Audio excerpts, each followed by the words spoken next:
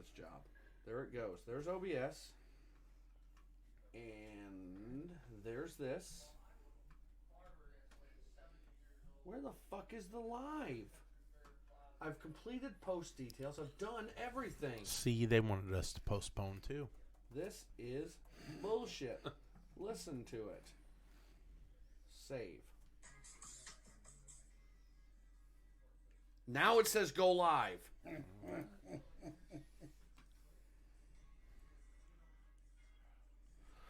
All right, let's try this again now that apparently the gods of podcast agree with us.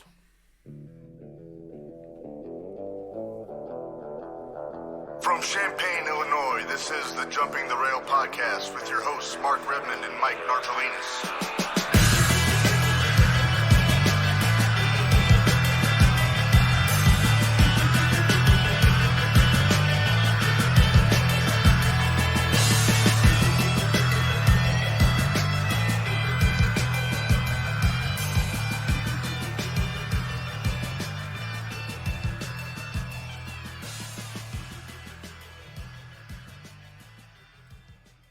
Hey there, guys. This is Marko. Sorry for the technical difficulties.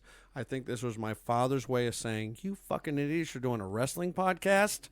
Anyways, now I turn this over to the hosts of the show, Mark Redmond. Hey, guys. This is episode 13 of the Jumping the Rail podcast. I'm Mark, joined as always by my tag team partner, Mike Nartolinas, who's Otis Kogar's biggest fan. How you doing, buddy? I'm doing good. Otis. I love him. I bought a shirt last weekend. I was bamboozled that I do have a shirt. That damn heel Atticus Kogar got you again. It's fantastic. So we got a tag team partner with us today. We got our buddy Joe Amendola back with us. You might remember him from one of the earlier episodes. Joe, how you doing, buddy? Hopefully less forgetful today. We can always hope. So we will be treated to my personal favorite podcast character today. Tequila Narge is joining us. Oh, who? Yes, I've had one, two, maybe there's a good reason though. We dipped into the bottle a little bit. You've run all the children out of the house before we started. Send them to bed. My son's probably listening right now, and he's very angry. He was supposed to be on, but I thought it was safer that we sent him west. Yeah, that's probably a good idea. So it's been a weird day, guys, for a lot of reasons, but as of about 12:30 p.m., we actually didn't think we were going to be putting the show on today because we had a family tragedy in the JTR family. Marko's dad, Arthur, passed away this morning, about 7:30 this morning, and it's been rough. Marko's probably not going to join us for most of the episode for obvious reasons, but you guys knew Art better than I did. But he was always a prince of a guy, and if you're listening and you got a beverage, I invite you all to hold it up. Well, let's toast Art one time at the start of the show today. So here's to him.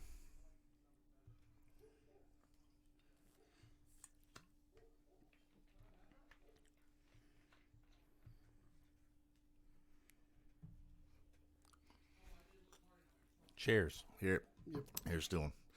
So, yeah, we would have done a Timbo salute, but my soundboard doesn't work. So let's just, just seems fitting. Well, if you didn't bring the BlackBerry, they shut that thing down about 2 weeks ago. So BlackBerries don't work anymore, Mark. I'm going to need you to upgrade. Yeah, I need to go back to my Razor. So we do have a lot to talk about. The show must go on, as they say. And Narge, you and I took a little road trip about a week ago to Hoffman Estates for GCW. And I don't know, that was a hell of a show. What'd you think? I thought it was a fantastic show. And I'll be honest with you. We're going to get into it. We're going to get into GCW Hammerstein. I really thought the show in Chicago was more well put together than what we watched Saturday night. Mm-hmm. But it was just fun. I mean, it was fun. The atmosphere. I told my wife we watched Hammerstein Saturday. And I said, there's nothing like being there live. It doesn't. Yeah. It just doesn't replicate itself the same. Yeah, it sounds like a cliche, but the star of the show was always the fans with the GCW show. Absolutely. And it was obvious watching, number one, just being there in Chicago. And then, like you said, at Hammerstein Ballroom, that crowd was just white hot for it. Oh, yeah. I can't imagine being there. And I'm sure a lot of the folks there live felt the same way we do. Oh, yeah. I watched, actually last night, my son and I, we pulled up the Briscoes against the Rejects, John Wayne Murdoch and Reed Bentley. And I kept telling my wife, kept building it up. I'm like, this match was crazy. But while watching on YouTube, it doesn't have the same impact. But there was the point where they all went into the crowd. And I even said it. I was like, oh, this is where everything breaks down. And then our guest from last week, Kevin Gill, said the same thing. He's like, everything's breaking down. And it really did. I mean, I thought there was a riot starting in Chicago. It was incredible. It was just a fantastic moment. When it comes to live wrestling, there's nothing better than being there. Yeah. So and it was cool. We got to actually meet Kevin Gill face to face after he was on the show last episode. Great guy, got a picture snapped with him and got to meet Dave Prazak and congratulate him on his Hall of Fame induction this past Saturday. Yeah, Kyler and I, we chatted. I think you were there too with Matthew Justice and talked about some of the crazy bumps he took at Harpo's the night before. He even asked, he said, which bump? So that, the man's a lunatic, but yeah. And also had a cool appearance at the Hammerstein, but we'll get into that. We got to meet so many guys just at the gimmick tables, which is one of the really cool parts of going to indie shows. You got to meet the Briscoes. Got to meet the Briscoes, the champs, and then champs. Yes, sir. We got a run in going on here, but somebody has literally jumped the rail into our podcast. Security. Well, one of the things I noticed about the GCW, though, is it's something that no other wrestling promotion's really doing right now, and that's getting back out to the fans and grabbing a chair from somebody sitting in the audience to hit somebody with, or bouncing off somebody else. I mean, nobody does that. It's old school, Joe. It's Mid-South. It's old school stuff where people are they're getting more involved. They want the fans involved, and the workers, the wrestlers know the limits that they can do in the crowd to make sure that they're still safe. Hey, Narge, didn't you almost wear Bandito as a hat? Bandito Saturday? or Blake Christian about sat in my lap. So we actually watched that last night, too, and you can see my reaction on YouTube. Took out the drunk guy. I mean, he was literally 2 over. Yeah, there's a drunk guy there, and which, I want to point that out, and that was on Twitter. A lot of folks had complaints about the GCW crowd in Chicago 2 weeks ago. I guess there were some derogatory things said to Kylie Ray. That's unusual. Right. Game Changer Wrestling is maybe one of the most inclusive wrestling companies in the entire world. Brett Lauderdale even said before the show in Hammerstein, with him and Effie, they were going to make wrestling as gay as fucking possible. That's what he said. But there were people just shouting obscenities and things. Yeah. And I want to shout out John Wayne Murdoch and Reed Bentley, who came to the defense of Kylie Ray during the show. I actually looked up. We couldn't tell what was going on, but I looked it all up. And Kylie Ray has her demons. She's been out and rehabbed and things like. And somebody had said something, and the guys in the back actually came out to defend her, and I thought that was super cool. And a lot of fans online suggested maybe before the show starts that the announcers just let them know, hey, we're all inclusive. And we're for that. As long as it's good pro wrestling and it's entertaining. Yeah. I don't care if you're gay, straight, black, white, yellow. I don't give a shit. As long as you're there to entertain and have a good time, we're there to have a good time. Yeah. I brought my 9-year-old son there. Yep. And is Effie doing some stuff that, hey, might be quite, he gets it, though. My 9-year-old, he's like, oh, Daddy's entertaining. That's the attitude I think everybody should have when you show up to a wrestling show. I'm going to be entertained. I may see some stuff. Mm-hmm. So. Yeah, and I know PBR does a lot of sponsorships on the GCW shows, but sometimes you can tell the fans have a little bit too much. There was a guy sitting next to us that was a bit salty, I guess would be a nice word to say for it, but he admitted he wasn't a wrestling fan. He told me he came with his buddy, and I watched him at intermission pull out a fifth of tequila and down it. And I knew right then and there, shit's going down. I'm like, man, we got a problem. And his buddy said the same thing. He's like, I brought him here because I thought he'd enjoy the show. I mean, this guy went so far as to walk up to the ring during the death match and slam his hand on the mat, and I thought the ref was going to jump out. But, the crowd, they kind of rallied together and told the guy to beat it, which was good. Yeah, I mean, that's the thing. You come to a wrestling show, you're going to find like-minded people, and you're going to be the odd guy out if you're the one being aggressive like that. So, because nobody wants one jackass to ruin the good time for everybody else. Yeah, and this jackass thought he was going to get involved in the Briscoe match, too, which I was kind of hoping he would. Yeah, Jay Briscoe doesn't fuck around. No. He would have knocked him out. Yeah, there would have been no more of this gentleman. So Right. Well, I'm a little bit older than you guys, so I can remember What? back in the day before stuff started going together that's how it used to be. We would go to wrestling matches that would come from down south up here to Illinois, and we were like part of the match. I mean, that's the way it used to be, and I love that GCW's getting back to it. So. well, yeah, I mean Lawler and Kaufman back in. I mean, they had the plants, people in the crowd getting into things, but that was it. You have to get the crowd involved. That's something where I'm not a huge WWE guy anymore because I feel like they've kind of cut that out. Yeah, they try to make it more like a TV audience than a wrestling audience anymore. The Attitude Era, that's why it was so successful, Mark. Think about it. Yeah. They encouraged the signs. They encouraged that. And now it's like, we don't. If you're wearing an AEW T-shirt, they give you one to cover up. Well, they've gone so far as to sit people down when they stand up and they're on camera. Security will actually tell people to sit down, which is insane to me. And that's the problem is wrestling, it doesn't exist without the fans. We found that out with the Thunderdome. People, it was like, what the hell is this? It didn't work. I mean, God bless him for trying something. But I'll give him credit for trying. It didn't work. I mean, give him an E for effort, but yeah. I actually tried to, we're going to talk about later, the Royal Rumble. I tried to watch, was it last year or the years before, with the Thunderdome Royal Rumble? Year. Oh, God. I was like, nope, not doing this. Yeah, so. it just seemed weird. The bad thing is I started getting used to it, which really bothered me. But no, like going back to what we were saying about the fans, I mean, if you go watch any Southern Territory in the 70s and 80s, go to Crockett, Mid-South, World Class, the people thought it was real because the wrestlers made it seem believable. And then that's when you get the stories of Piper getting stabbed on his way to the ring, or when the Horseman broke Dusty's ankle in the cage and the fans almost tore the ring apart trying to get to, like, it took them, like, I think Arn said 40 minutes to get back to the locker room. Yeah, I mean, and we saw a little of that this weekend in Hammerstein. Yeah. After Cardona's match. Yeah. I mean, the crowd was hot. People were in his face. Yeah. You know who else? And I'm getting off topic a little bit. Not really. You talked about Kogar in the beginning, but Atticus. Mm-hmm. That guy comes out, and it's middle finger straight to his face. I mean, I'm concerned for his safety sometimes. When I watched the Harpo show in Minneapolis a couple weeks back, I mean, people, they're inches, or Detroit. They love to hate this guy, right? And he eats it up. And that's, to me, that's why GCW is so successful. We talk about him on this show so much, Mark. And there are people tuning in. I had a gentleman this past week who said he had never watched him, but because of our show, tuned in and absolutely loved it. His favorite thing was X-Pac coming out, but he absolutely loved it and thought it was different, but it was cool. And that's, I think that's why we like it so much. Yeah, definitely. And like I said, the Chicago show, we had some great matches. Cardona and Ricky Morton, I think, was the one that stole the show for me. Ricky got the W. I did not expect that to happen.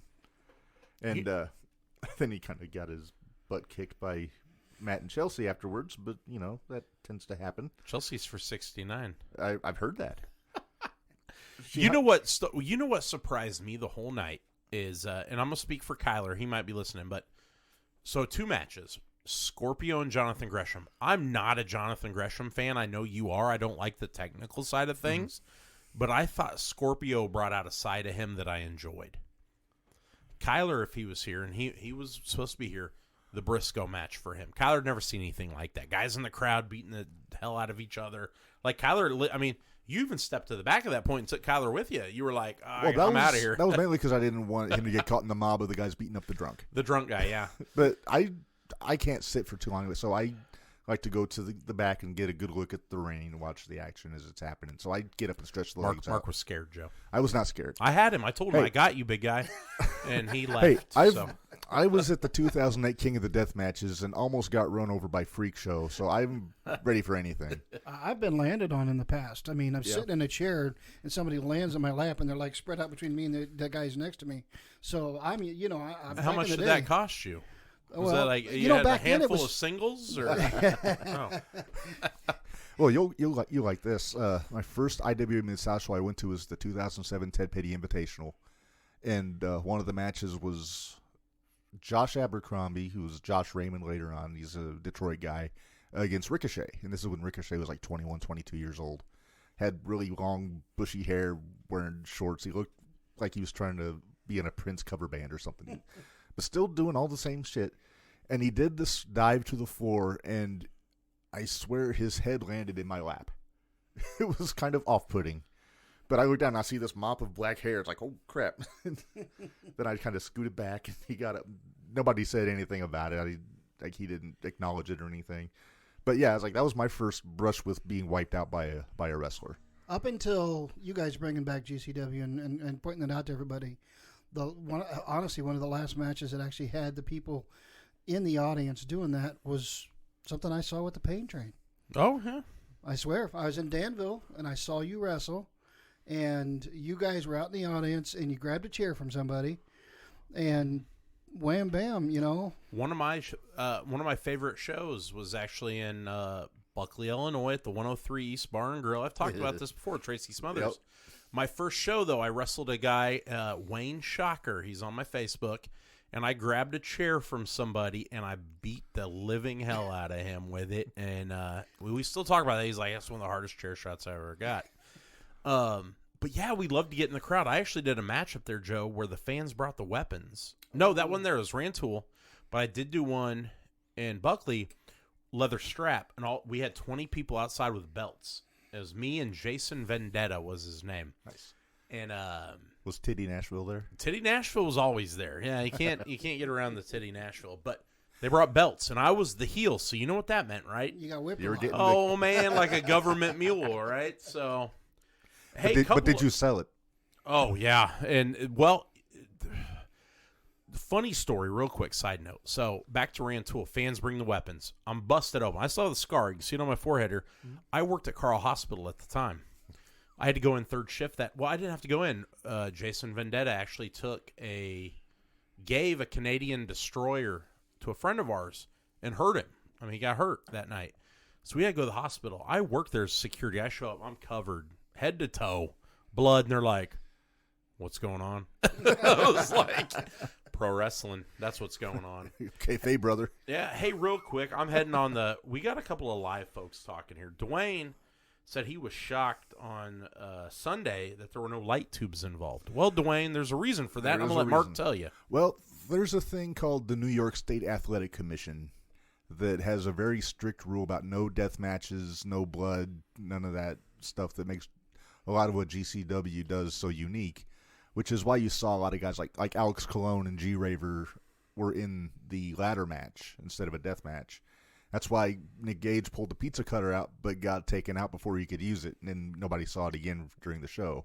I'm kind of curious what happened with Cardona, because he got busted open. Right. Well, is that accidental? Do they chalk that up to accidental? I think you can chalk that up to being an accident. Because who else was bleeding? Effie was bleeding. Effie was bleeding after the kabong. He took with the stroke, and then with the guitar, with on his face. Mindy yelled out Jason V. Yeah, Mindy, I know Jason Vendetta we actually backyard wrestled together. So that's how I started with him. Great guy, Jason Vendetta. Incredible guy. Everybody in here is wondering, the producer brought me a beer bag. I told him to beer me, and he did. But Keith Gibson is on. If everybody remembers our guest, Keith Gibson from Mo Money, Keith Gibson. From the Clubhouse Lounge Radio. I suggest you check that out. A lot of southern red dirt country music, sports, wrestling. Wrestling, the #1 wrestling podcast in Central Illinois will be a part of Clubhouse Lounge Radio in the very near future. So, Mark, Dwayne is shocked that the Briscoes lost Saturday. I told you I think that sets them up for their inevitable debut in AEW wrestling, and you question me. Well, I question. I mean, it makes sense. You know, I mean, they got a feud with AEW waiting for them. But then the other thing to think about is in Impact Wrestling, they've got the Kingdom. They got Vincent and PCO coming in. They done wasted their time with those guys. But they've got them. And then I guess Kenny King came back not too long ago and joined up with them. Yeah, what is this? No More Honor? Honor No More, they call it. Honor No More. But it's something where if they really wanted to turn some heads, they could bring the Briscoes in for even just like a 1 or 2 off for like a series of tapings, which is why I could see him going to AEW, because I think that door. Tony's open to Impact. From what I read earlier, I think WWE is not open to AEW. So there's kind of Impact is really in the best position. Come on, Mark. The forbidden door that Tony opened to Impact is one of those little doggy doors that not everybody can fit into. What a hater. Did I hear the word honor? Yeah, just a little discussion. I just want to let you guys know there's a good shot that goes with the word honor. Go back to your business. Is there a shot coming? Oh, there can be, but then we have to do the shot live, and honor is a really good shot. Well, let's... Oh, on her? Wait a minute. A shot on her. We don't have any I think I hers might be here. down for that shot. There's a lot of dudes in this a lot house of dudes tonight. in this podcast room. Yeah, Keith Gibson, exactly. That's right here. We are mentally on the same page, buddy. Yeah, Briscoes. When's the next pay-per-view? What is it? AEW's got Revolution. Is that February? I think it's February. Briscoes are showing. They're coming. If they don't, Tony's an idiot. And no more than usual. Yeah. Because he should have had them here like 2 months ago. I mean, I'm honest to you that I knew of them, but I just didn't care for Ring of Honor's product. Who, the Briscoes? Yeah. I didn't care for Ring of Honor's so I knew of the Briscoes. I knew they were a big deal. I knew they'd had some smoke behind them. Do they want the smoke? Nah, with those scrubs. But even Kyler's like, man, these guys, that's who he wanted to see Saturday. And he's 9, He's like, I want to see the Briscoes. Even my wife was like, well, I wouldn't fuck with those guys. Like, they ain't got no teeth. I may be wrong, but when you come from, whether it's Ring of Honor, WWE, don't you have to wait out your contract before you can go somewhere else anyways? Well, all the Ring of Honor talent got released from their contract when they went on their hiatus. Did they really? Yeah, so they can go wherever they want until they come back in April. And with the Briscoes, and I've said this before, Jay looks like the most legit guy in the business. That's the one missing the teeth, right? No, that's Mark. He's the other one. Jay's the one with the dreadlocks. Oh, yeah. That's the dude that was busted open Saturday. I've got a great photo of him. Yeah.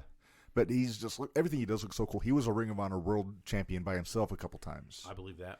And he had, I think he went like 2 years undefeated, held the belt for like 15 months at one point. Who beat him? Lethal. Jay Lethal. Jay Lethal beat him, and now the he's king on of Dark. AEW Dark. Yep, and Mindy Elam, thank you for chiming in. Not some don't have a non-compete clause, which is true. Like the guys like you were talking about WWE, like O'Reilly and Cole and all them, they waited out their, like they made it through their contract. Yeah, so they had contract they didn't have a non-compete. So they just showed up as soon as their contract was expired. So what about somebody like Road Dogg? So you think he's free to do whatever? Could he show up on AEW this week? And or do you think he got a 90-day? I wonder if he got the NXT 30-day. That's what I'm wondering. I didn't know how the producers and stuff like that that I don't know. So. I do know Regal got hired by Impact. I saw that, but then he actually, I don't know if you saw it, he tweeted yesterday. I saw something, yeah. Saying not to listen to the, hey, you don't talk about me and I won't talk about you sort of deal. Because what I saw where that said that Impact got him was on an Impact's Facebook page. That's was it? Okay. That's why I took it seriously. But it's one of those, I'm a believer when I see a guy when it comes to wrestling and departures and arrivals and whatnot. He'd be a great spokesman for that brand. Yeah. And I'm guessing he could probably still work if he wanted to. Probably. And the thing is, I think I told you this. I wasn't a big Impact guy. I watched the last pay-per-view. I don't know what it was called. Hard to Kill.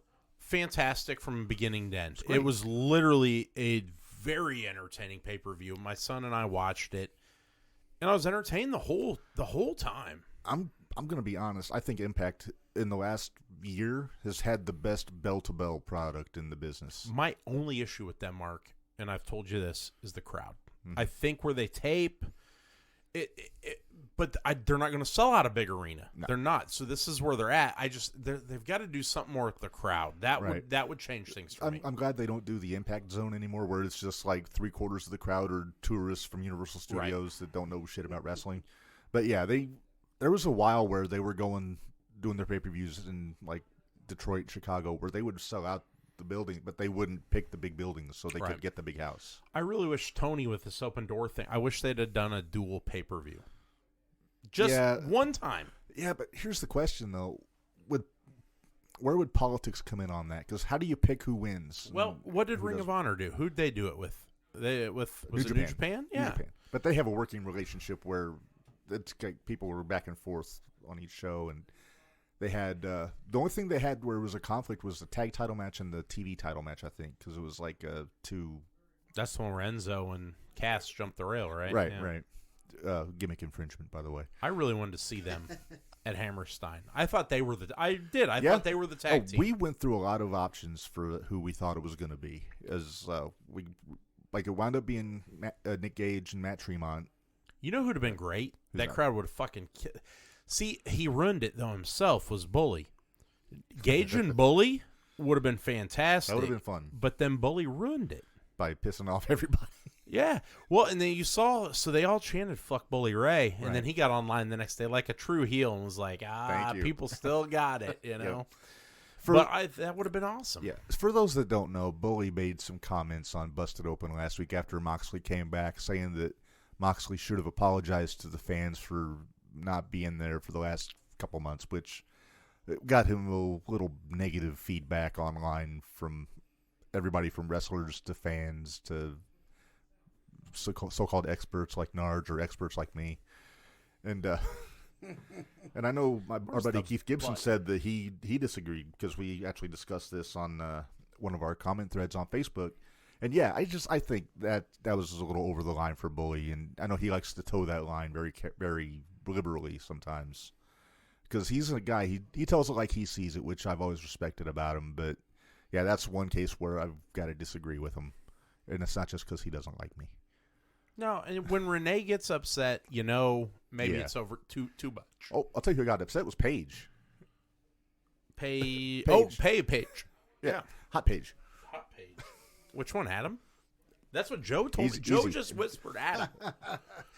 No, I don't want to get too far off topic here, but I got a question for you guys. Mm-hmm. The one thing I noticed, you got the open door policy, and you got all these guys coming over. But what I'm mostly seeing, especially in the new AEW, is the high-flying, not-so-big guys. You know what I mean? There's a couple of big guys, but it seems like the WWE really has a market on the big guys. That's because Vince has It's a a big hard-on man for the big It's guys.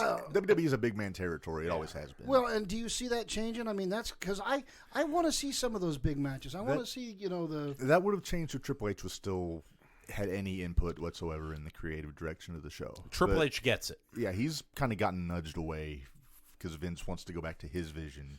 And what about all the other leagues, though? If you notice AEW, they have Brian Cage, who's one of the most jacked guys in the business. They don't do nothing with him. Powerhouse Hobbs, they were. He's kind of an afterthought. He's Ricky Stark's lackey now. Yeah, so there's not a whole lot of muscle. That's what I'm saying. I don't see. They got it in Archer the other got places. a title shot now. Archer is a big boy. But yeah, WWE, they thrive off the Lashley, the Big E, the Lesnar. And for me, there's room for that. There absolutely is. But there's also room for the Roderick Strongs, for the Mustafa Ali. Yeah, Mustafa Ali's. There's room for all of that. But Vince McMahon is old school. I mean, Vince made all his money off Hulk Hogan. Vince McMahon is stubborn. Yeah, you're using the wrong word. One of the best matches I can ever remember growing up was watching, the 619 taking out the Big Show. Yeah, you know what I'm saying? Was that the match where Big Show strapped into a stretcher and whacked him into the ring post? Yeah, I love that spot. That was so. I mean, that made was so much one sense of the to best me. shows ever. Little man taking on, Goliath. Come Well, on. I mean, and Mysterio did the same thing on Nitro with Nash back in the day. Nash. And there's room for all of that, Joe. I mean, years ago I was a big UFC fan. When UFC first started, that's how it was. It was a free for all. You're gonna take this big dude and it's this little guy, and see what happens. But I think that's why people kind of gravitate towards AEW, because it is ultimately the alternative to WWE. It is the flippy shit. It is the guys who don't look like. I mean, Joey Janela doesn't look like a wrestler, and I love Joey Janela. So does Chelsea Green. Yeah, she does. Jungle Boy. Come on. Jungle Boy. Hey, Murray. Jungle Boy's more than just a flyer, though. He can actually go on the mat, too. He can. He's got to work on his promo skills. He's no Dylan. That's why he's got Christian. He's no Dylan from 90210. Oh, I thought you were going to say Dylan Hornswoggle. No, not that. He sucks. I don't like Swoggle. Hey, he showed up at GCW. Yeah, and the crowd went mild. I love what Cardona's doing in GCW, and I know you're a big Janela fan. Number one, that match went way over time, which I think was what caused the last two matches to go extremely short and seem very rushed. Which, Cardona is bringing eyes to the product. My son, as he calls him, the dirty guy, Joey Janela, he calls him the dirty guy. Murray loves the dirty guy. And I said, me too. 1 second. Hey, Mindy Elam, why are you rolling your eyes at me?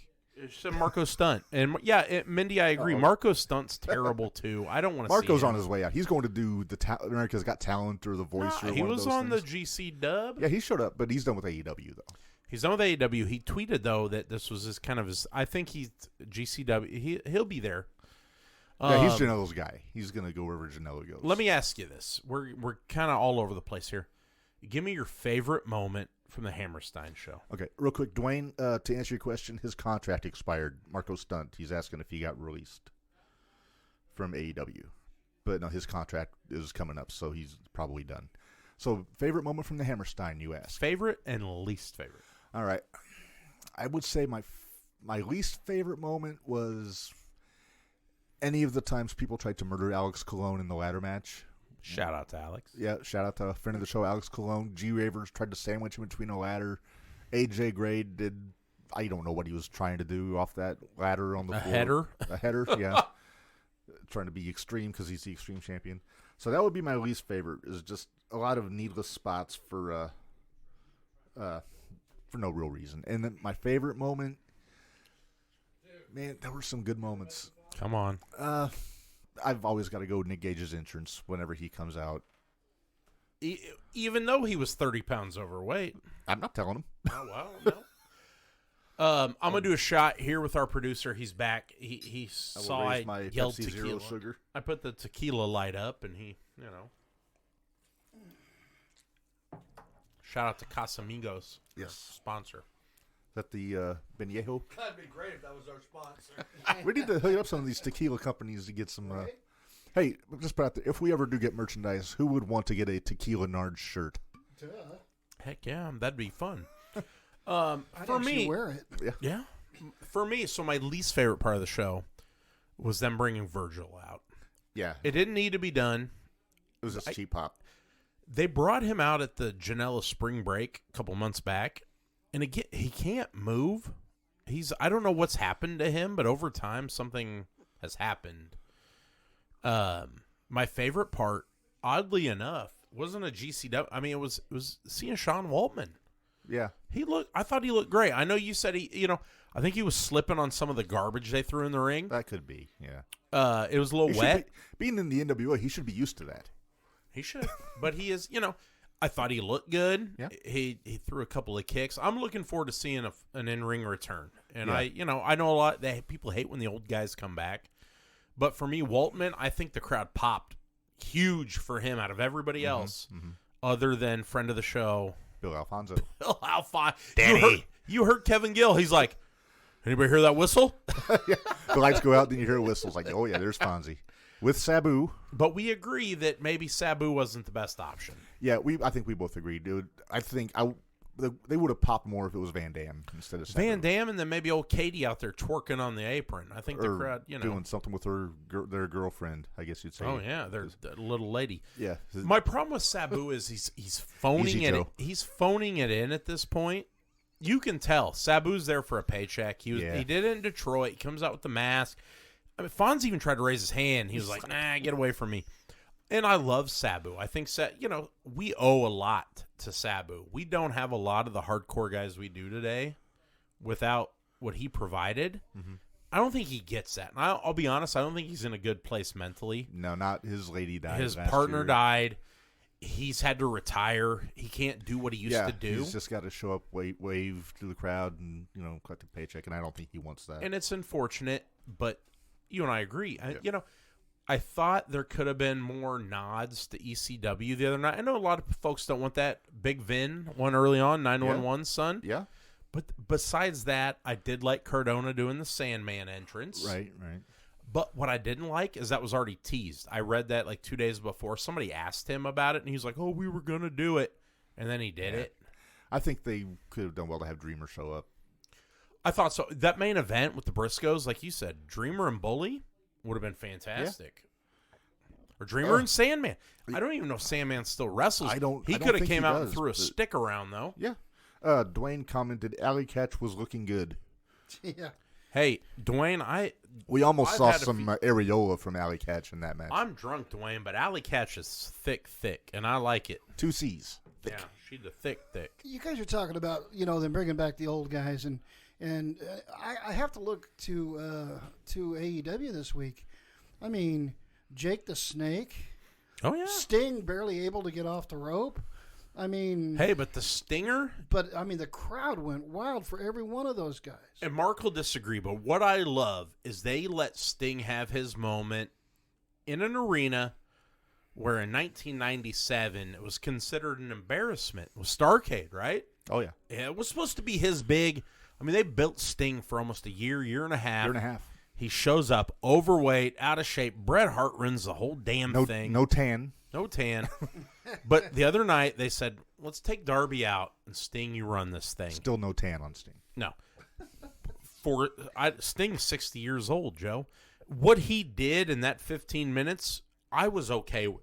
Oh, he looked pretty good. I mean, for 60. That table shot slowed him down, though. When he did the table dive, What the hell was the point of that? He had that look like, Crazy I'm too old old fart. for this shit. But Dwayne says Sting is 62. So Dwayne's on the ball, man. Damn, Dwayne. Go, Dwayne. But Dwayne Carter, I want to say it right here, right now. Mark hates it. I've been interrupting him the whole show. you son of a bitch. Dwayne is officially the number one fan of hairband or whatever the fuck. Hairbangers Ball. Hairbangers Ball and jumping the rail. You're not the commander here, Dwayne, but we'll give you a title of something. I don't know. We'll figure it out. Wasn't he Sergeant buddy. Carter? He's on like Gomer Sergeant Pyle? Carter I there. like that. Sergeant Carter. That works. That's what he is with hairbangers. I always send him gifts of Sergeant Carter from Gomer Pyle, and he always gets mad at me. But Dwayne's the man, though. Dwayne, We like Dwayne. We're going to get Dwayne on. We still got Dwayne's whistle, by the way. He won when we had Fonzie on. He won His the whistle. rape whistle? No, his Fonzie whistle. Oh, over the line. Look, I got looked at. Yeah. Damn. But if there's one good thing about Sting on Wednesday, it's that he didn't His face pin. paint? It's that he did not pin anybody. He let Darby get the fall because Sting has been really lame, just beating all the young talent, which Mark ideally hates. wouldn't happen. Mark hates. I really enjoyed the rap, though. The acclaimed rap. Ugh. See, and you like Bowens, but I think, Castor. yeah, he's the guy. He really is. His- Castor's the guy. You know, I'm something of an authority on rap music, as you know. Yeah. Max has no flow, man. I have to agree with you. I'm It's- sorry, Mike. That was one I'm Hey, like, guys, I know a thing Vanilla or- Ice and Weird Al is not hip-hop, okay? So Hey, I let's listen not- to Snow, sir. Yeah, and former Licky Boom Boom now, buddy. But I know, as a musician, I know a thing or two about rhythm, and Max does not have it. Now, on the other hand, Bowens, I think, is one of those total package guys. In the ring, he can talk. He's got a great look, and Thank you, Mindy. he's a great athlete. Mindy agrees with me. The acclaimed are hilarious. they're Are they, hilarious. are I'll they agree supposed with to that. be? Are they supposed to be though? They're supposed to be heels. They're supposed to be hated, not laughed at. Well, I don't know. You laugh at heels. You laugh at heels. I mean, But not because they're funny. But you're supposed to laugh at them and ridicule. We're on the AEW train. I don't know what your format is. I didn't see it. And I'm kind of shoot. I got two things on my format. All right. So Yeah, we're- GCW and the Rumble. Let's talk Pretty about Rampage. Did you watch Rampage? I actually did not watch Rampage. I wasn't home. I want to talk about Hook. Are they sending Hook? They sent him. Hook is awesome. Who did they work on? Rampage? Serpentico, Snake Man. Snake Man. So And he went and shot some bullshit streamers out of his hands, and my whole family watched it. Like, they're all on the Hook Hook did? train. No, Serpentico. I Oh. wish Hook did. And so he shot these streamers, and Hook grabbed him, and Serpentico is all wrapped up in these streamers, and Hook just slams him around like. Taz style. What I loved at the end, though, was QT came out. QT starts talking all this shit. And he literally, Hook grabs him and tosses him, looks at him, and walks straight Taz. Old school Taz. Looked at him like, dude, get out of my way. Yeah, I'm digging what they're doing with Hook, but I want to see him with somebody that will Legit. test him. Legit, yeah. Like, I mean, Bear Bronson is a big guy. It's impressive when he throws him around. Give me somebody, and I'm not even Archer? talking. I'm not even saying Archer. I'm Hobbs. In his own team. I would like to see. I could see that. I could Cage. see. Come on, No, it's not Cage. Cage is probably on his way out. Mark. Now I'm trying to think somebody like closer to his size that can go hold for hold with him. Pillman? Pillman Jr. would be a good one. Give me I've Malachi. enjoyed Pillman Jr. lately. What about old boy from the Dark Order that you like? Grayson. Grayson, that's a good one. Give me that. Tony Khan, I know you're listening, buddy, because you're a big fan. Give me Stu Grayson versus Hook in the near future. I got the Hook shirt. I'm on the Hook. I'm a hooker. I'm a hooker. You're a hooker? I'm a cheap hooker. You're on the Hook bandwagon. But yeah, I think Hook, I see so much upside in Hook. I can't wait Dwayne to said see we're what they do. cracking him up tonight. Well, Dwayne, we are funny. That's because Not we as brought funny Tequila looking Narge. as Joe. Tequila Narge. If you got to see Joe, then you'd be laughing. I mean, some people are funny and some are funny. Joe has looking. he gave us our passes to the gun show here. Get the arms out. He's got the Braun Strowman shirt on, the Adam Shear Titan shirt. The one that looks like him, kind of. Yeah. If he grew his It beard out. is. It does look a little bit like me. So why not? You're talking about somebody take on the Hook. Why not the guy that just returned? That was, everybody's saying he's gone for 2 months. I mean, Archer? no, That's what I said. no. Dean. Ambrose, Moxley. Moxley. I'm Why? thinking And that's Moxley. the thing. I mean, they're That's- building that's Hook an- up. That's an upper echelon. Really they got to is. work his way up to Moxley. And do you agree with that? Do you think the slow build for Hook's the right thing to do, or do we? Or I do you, think- do you I'd throw say- him in the deep end? I say medium build. Yeah. But that's Get one him- of the things I like about AEW is they do the Crazy throw 'em to shit, the freaking right? wolves, yeah. But they jump too early sometimes. Do you think Moxley and Bryan Danielson is the right? I mean, we've seen that. So that's over. We've seen that. Because we saw that with the Shield, right? Yeah. That was 9 years ago. It was, but I mean, when these guys go to new I'll companies, say you this, want to see them do but- new but things. here's- I'm surprised Cody doesn't have his hands on. Here's the over thing, Hook. though. We have not seen this Bryan Danielson with this John Moxley before. That's true. So I'm okay with it. I want to point this out, and I'm not a body shamer by any means, but I thought Moxley looked too lean, if that makes sense. It looked Yeah. like he looks- sat around opposite of great. Nick Gage. He looks good. I don't think he bulked, like, he didn't I don't muscle think he up. bulked, but he's cut. He's He's lean. leaned out. Yeah, he's lean. great. Yeah. Where Nick Gage was the opposite and sat around and ate Pizza Hut for 3 months, and now Well, he he's had the a- pizza cutters. But Yeah. maybe that makes Moxley faster. With Mox reminds me of The Miz when he came back from Dancing with the Yes. Stars. He was in great shape, but he wasn't in ring shape. And I hate to say this, but I thought Moxley looked best before he hit rehab. I thought bloated Moxley looked like a legitimate hardcore wrestler. Blue collar Moxley. Yeah. You're not saying get Moxley back on the sauce. No, but, I thought he had that look like now the guy at the end of the bar who everybody's like, don't fuck with that guy. Right. That's what he looked like. Now he looks like the guy out running marathons every weekend. I'll tell you, here's what I would like to see. And this is assuming that they come to AEW, which, for all intents and purposes, they should. Give me the Briscoes against Moxley and Kingston. I love it. That's a brawl. That's an all over. That's the same fight we saw last weekend. Mindy here says Hook and Adam Cole. It'd be a good match.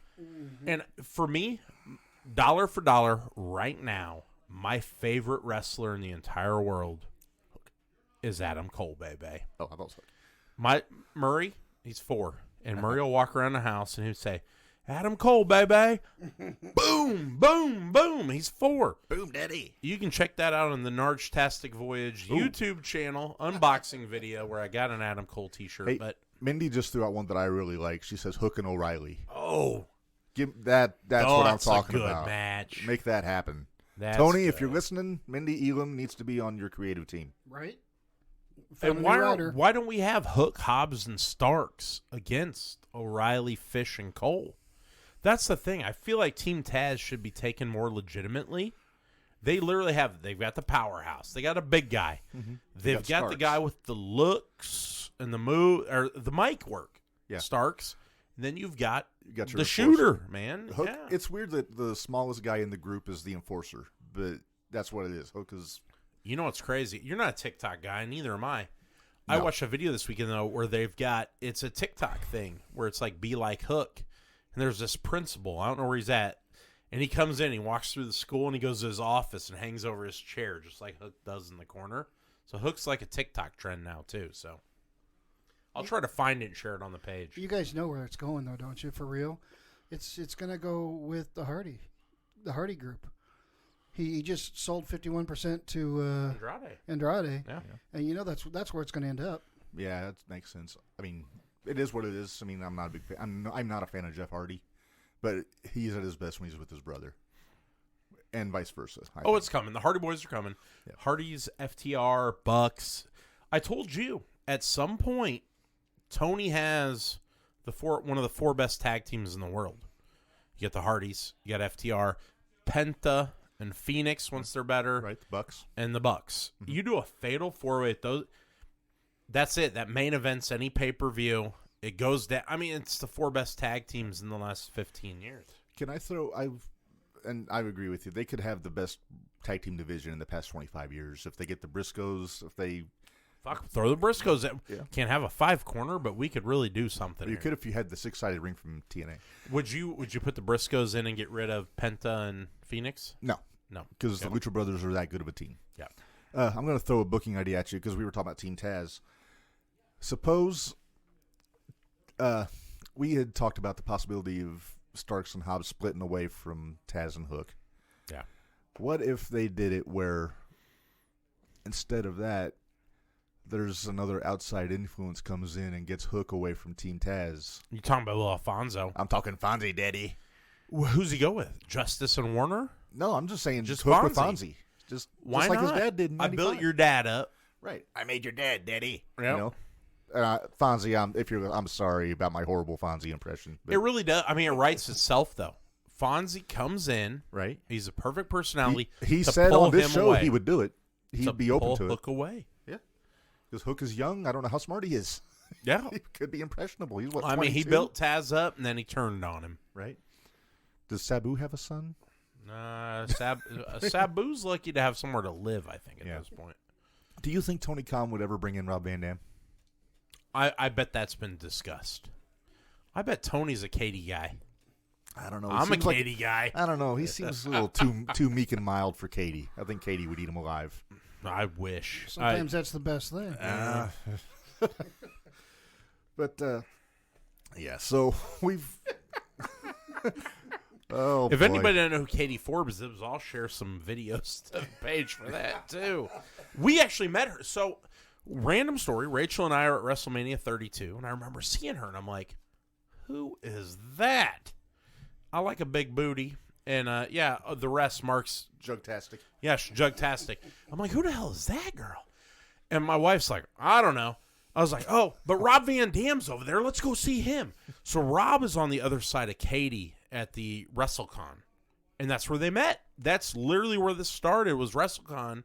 Rob's on the other side. He's got his New Balances on and his white socks up to his knees. Looks like somebody's dad. Yeah, and Rob's over there doing his thing. And then there's Katie in her twerk outfit back there. And now they're like a thing. And Rob is living his best life. I mean, Rob Van Dam, He's living a lot of people's best life. he is living every 30 to 40, 50-year-old's best life. Right, Joe? Yeah, married to Katie Forbes. They've got a beautiful girlfriend, from what I understand. Dwayne Carter. Dwayne, I know you're a Katie guy. You're a Katie guy, a Nia guy. Hell, you might be a Dwayne Johnson He's an guy. alley I catch don't guy know. from the sounds of it. But so yeah, we've touched on a lot with AEW and GCW and tequila and things like that. There's My wife just told me don't drive tonight. She is listening. Rachel, you know I like the thick backside. That's why we're married. Cassie Lee. Who the hell's Cassie Lee? Oh, yeah. You know what? She's the talented one of the two. That other guy with the chair, he sucks. Oh, I thought you meant Billy Kay. No, Cassie. No, that's what I mean. But I thought you were But talking Cassie's about more other, talented than her other half got Shawn CM Punk's Spears. knee to his face last week. right. And I bet they hated that. He went from WWE, oh, he's misused, to getting beaten about 8 Being seconds MJF's by, you know. whipping boy. But So you like that, huh? uh-oh. Oh, yeah. Look at them little six-packers. But you got to see the backside, Joe. Oh, I have. All right. We're going to get Joe on the page. There it is. She used to have a money cannon, Joe. She came out with a thing. It was like a gun, right, Mark? Yeah. And she'd shoot dollar bills, and she'd twerk while she shot it. That was the best. That was the best impact ever was. I've seen that at the club. Yeah. Did she ever do donkey shows in Tijuana? Yeah. No hablo español. We've taken a turn, so I'm gonna do a full U-turn here. So we got other things to talk about, Narge, and we could go on about GCW and AEW all night long, but business is business. And this Saturday we got the Royal Rumble coming up, So I wanted to get into this. We'll get into the actual event Saturday here in a bit, but I don't know about you. The Rumble's one of my favorite pay-per-views every year. But I mean, the first 88 to 08, it was perfect. It was great. It's kind of fallen off the last few years. The Thunderdome didn't help, but like the one where McIntyre won was great, and the women's matches being added to it has added something to it. So I'm going to put it to both of you guys. Best Rumble ever. And I think I know Narge's answer. Well, see, so that's tough. Are we talking Rumble or the overall show? Let's do overall show. Overall show for me is 2000. My favorite match of all time. I go back and forth. I always say Hogan Warrior is the one that really it sticks to me. Hogan Warrior 6. Cactus Jack, Triple H. Just perfect. I mean, it's perfect from start to finish. Yeah. It is a symphony of destruction. Mm-hmm. Shout out to Megadeth. That one there. So you've got that. But the show starts with Kurt Angle and Taz. And I remember as a kid ordering this pay-per-view and that heartbeat. Boom, boom, boom. And I remember sitting there. And my friends didn't have a clue because I was an ECW guy. And I'm like, holy shit. I'm like, it's Taz. And that from there, I mean. They said Taz. Yeah. The rest of the Taz with 2 Z's, brother. The rest of the show, I was sold. That probably my favorite Rumble overall. But favorite Rumble match, 1992. Right? Ric Flair? It's got to be. I mean, he comes out. Heenan loses his mind. No. This is not fair to Flair. Not fair to Flair. This was literally this. You got your wish. Hogan played heel. He pulls Sid Justice. Beautiful baby face, Sid Justice. There is no playing heel with Hulk Hogan. He was just a dirty bastard for most of his career. 8 listeners right now. That's awesome. Keith Gibson says 92 Rumble greatest Rumble match ever. Keith, you were pulling for Sid, right? I was a Sid guy, man. I've always been a Sid guy. Sid is a fool because they wanted to make him the next Hogan. They wanted to make him the top babyface, but he wouldn't do it. He wanted to be a heel. And he's a great heel. He's a good heel. Fantastic. I always liked him as a heel. Psycho Sid was one of the best characters of all time. I loved Psycho Sid as a babyface, though, in 96. Yeah? I remember that with the fist bumps. Doing the fist bumps and the whispery promos. We were teaching that to Murray this week. Murray got a Sid Justice for his birthday, and So, Joe, favorite Rumble match, actual Royal Rumble match. Well, first I have to mention my favorite moment. I mentioned it to you earlier. Titus O'Neil running out, tripping and sliding under the ring was probably one of the best things I've ever seen. Was that the Saudi one? That was the greatest Royal Rumble in Saudi Arabia. The greatest Royal Rumble ever. And that was the greatest entrance to a Royal Rumble ever. But just because you got that organic reaction from like Graves on commentary. I mean, it was perfect. Once they knew he wasn't dead. Yeah. Because he could have easily gone headfirst into the metal frame. And then, you mentioned the match you mentioned earlier that had all of the greats. That comes to mind for me. I know Mike likes some of this new wrestling stuff, but I'm old school. What was the match you mentioned? 92? Yeah, no, before that. Oh shit! It had. Joe, you promised us you wouldn't do this. I told you, man. Get out. This damn memory thing. What was the match you mentioned earlier when we were sitting at the table? Oh crap! Oh, both of you. I don't remember what I had for breakfast. Which Rumble are we talking? The one with Chris Benoit? You can't talk about him. No, we can't. We can't as long as we just talk about the in-ring. Oh, but no, it was like several of the greats were there. Is this the one where Cena came back? Yeah, it may have been, but 08 with Taker and Hunter and Michaels and all them. So the one I'm talking about is where Rock and Big Show went over the top. That was 2000. Is that the one you're talking about? No.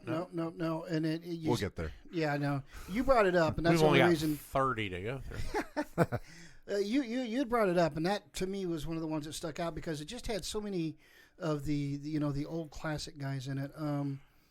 And for me, that's kind of where I end up is, you got Hogan against the Ultimate Warrior. You got Randy Macho Man Savage. What's the early ones? 91, 92, right? Hogan won back-to-back, right? Hogan won back 90, 91? 90 and 91, yeah. Because Big John was 89. Those are some of my favorites. Yep. I mean, those are, to me, I was there, right in the moment seeing that live as a young man, and for me that's like classic for me, and so that's where I come in at. I think probably in those eras. Yeah. See, I'm agreeing with Narge. 92 is my favorite Rumble match, just because if you look at just the roster of talent in that match alone, you got Bulldog, Michaels, Tito, Flair, DiBiase, Hogan, Savage, Slaughter. It was kind Jake, of the bridge between Golden Era Hulkamania and to the new generation. Yeah. And that was Michael's first big show as a heel because Is that the one where they had like 8 guys on each team? No, that's Survivor Series. Okay, because I was like, they almost overloaded those, is what I thought. It's like they were really trying to throw everything they could at it to see if it stick. But the Rumble? Yeah. Well, you got to fit 30 overload guys Rumble. in there, but you can get away with that in a Royal Rumble. Here's a hot take. I enjoyed the 40-man Rumble. Then I thought they should have expanded that. That's the one Alberto Del Rio won. You remember that? I don't know if he deserved it. Santino should have won. I love Santino. I love it. Do you not agree? I think 40 is a say. I mean, people want surprises, right? Yeah. Give us 10. Give us 10 surprises. 10 surprises is too many. All right, let me ask you this then. I disagree with you, so. but best. You said that best pop For a Rumble match? Yeah, I've got 2. Honestly, One happened 6 years ago today, 6 years ago today. or yesterday. One just happened a few years ago for me. Edge coming back. Edge coming back was a big Edge was a coming good back one. was a big one for me. Yeah, I know what you're alluding to. AJ in 2016. AJ Styles, but that was a very good surprise. you know which one was awesome? Wait, let me tell you mine first. All right. 2011, Diesel. Yeah, I was gonna say yes, Big Daddy Cool. Holy Him shit! and Booker T both came back in that. That the roof went off the place. He came out there cool as shit, Didn't tear a quad. tightened the glove, and the cloud. I mean, that was it. Between AJ and Diesel, those were the 2 biggest pops. And You I've guys ever have heard. your favorites Cena in 08 too. throughout the years. Maven eliminating the Undertaker. Big Daddy Diesel is one of my favorite wrestlers of all Me too. time. Joe, I'm a big Nash guy. So we agree. And a lot of people hate Kevin Nash. They think Kevin killed, I love Nash. Nash is one of the nicest guys I've ever met. Yeah, great guy. He was in GCW 2 weeks ago, 3 in weeks Detroit. ago. People hated it. People were like, why'd you bring him out? They always, that quad bullshit. The thing is, he showed up. He put over Alex Shelley. He didn't even talk about himself. He put over the company. Nash has always been that kind of guy. He's he understands the business. Yeah. I love Nash. When I was they, always a when Nash the, when guy. the when the GX or DX came back, he stood in the background and let everybody else have their moment. Just kind of just strolled around. Yeah. I loved it. He's always been a team player. Yeah, and the best thing that he ever did was beat Goldberg. Yeah. Even though he said Everybody it always wasn't his craps on it. idea. Everybody always craps on it because he was the booker. But somebody had to. Somebody had to. Goldberg, I mean, he had to lose sometime. And who was it going to be other than Nash at that point in 98? That's what I'm saying. Hogan would have been the right guy to do it, Disagree. but No. but Hogan had lost steam at that Hogan point. didn't need that. No, at he didn't. that point in his career. What I like about Nash is, I don't know. I'm getting distracted, but I've met a lot of professional wrestlers over the years, and I have 2 that are my top, and Hulk Hogan is number 1. I met Hogan, and people shit on Hogan. Hogan was so nice to me. What mattered the most to me is he was nice to my son.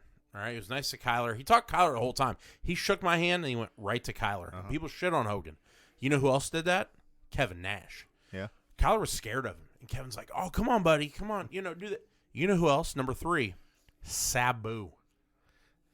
Kyler scared to death. I think it's 3 or 4, and Sabu's like, "Come on, buddy, put your arm up, do it like this." And I've got a picture of Kyler clinging to his mom for dear life, but he was like, and that, how cool is that? And I talked a lot of shit about Sabu earlier, but he really did. He tried to comfort Kyler and make him, and I thought that was so cool. Now, we went a few years ago to Romeoville for a Pro Wrestling Blitz show that had some guys there, and Kyler was, 3-4 years old then? Yeah, 4 or 5 probably. So he was still very much a John Cena guy, and you'll know what anecdote I'm telling here. Yeah. And so the only thing he knew how to do was John Cena's pose like this. So The 3 fingers and the three okay. fingers and, yeah. And so we all got to meet, Hall and Nash were there, Chavo was Bischoff. there, Bischoff, Al Snow, and the Dudley Boys were there. Yep. And I got my picture with them. Very cool guys. And then I look back because Narge and Rachel and Kyler are right behind me, and Kyler's being shy like he is, and they go take the picture, and Kyler does the only thing he knows how to do, which is this, 3D? Which happens to be the which 3D. Worked out. But early, I mean, the very first guys we meet are Hall, Nash, and Bischoff. Yeah. And if you see the picture, it's me and Rachel. And I always tell Kyler, actually have like a canvas of it in my basement. And I'm like, Kyler, you were there too. And he's like, where am I at, Dad? I said, behind Scott Hall on the ground going, oh, don't look at me. Yeah, we might have to get you to put that picture up on our Facebook page, Narge, of you guys with the Dudleys. Both times we've met Kevin Nash, Kyler hid himself. We met Nash the year before at Pro Wrestling Blitz. It was Nash and Steiner, Big Papa Pump. And you can see Kyler's arm. I'm literally holding a kid. You can't see his head, but you can see his arm and leg. It's very creepy looking. I was like, Kyler, both times we met Kevin Nash, you hid. So I've never met Kevin Nash at an event, but when I lived in Florida, I ran into him somewhere. And I didn't fanboy, because I don't fanboy, but I just was like, wow. And he's like, hey, how you doing? That was it.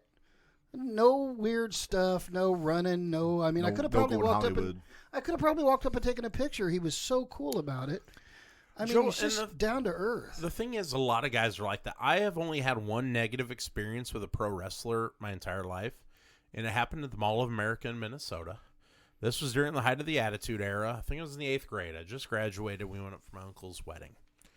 And we're walking through the mall, and I'm like, I remember looking at my mom, and I went, oh, my God. So that's X-Pac. She's like, who? I said, that is X-Pac.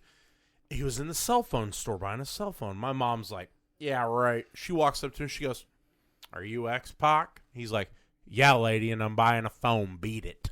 Well, that's her fault. That was that's on your mom. I'll never forget. I was like, X-Pac's a dick.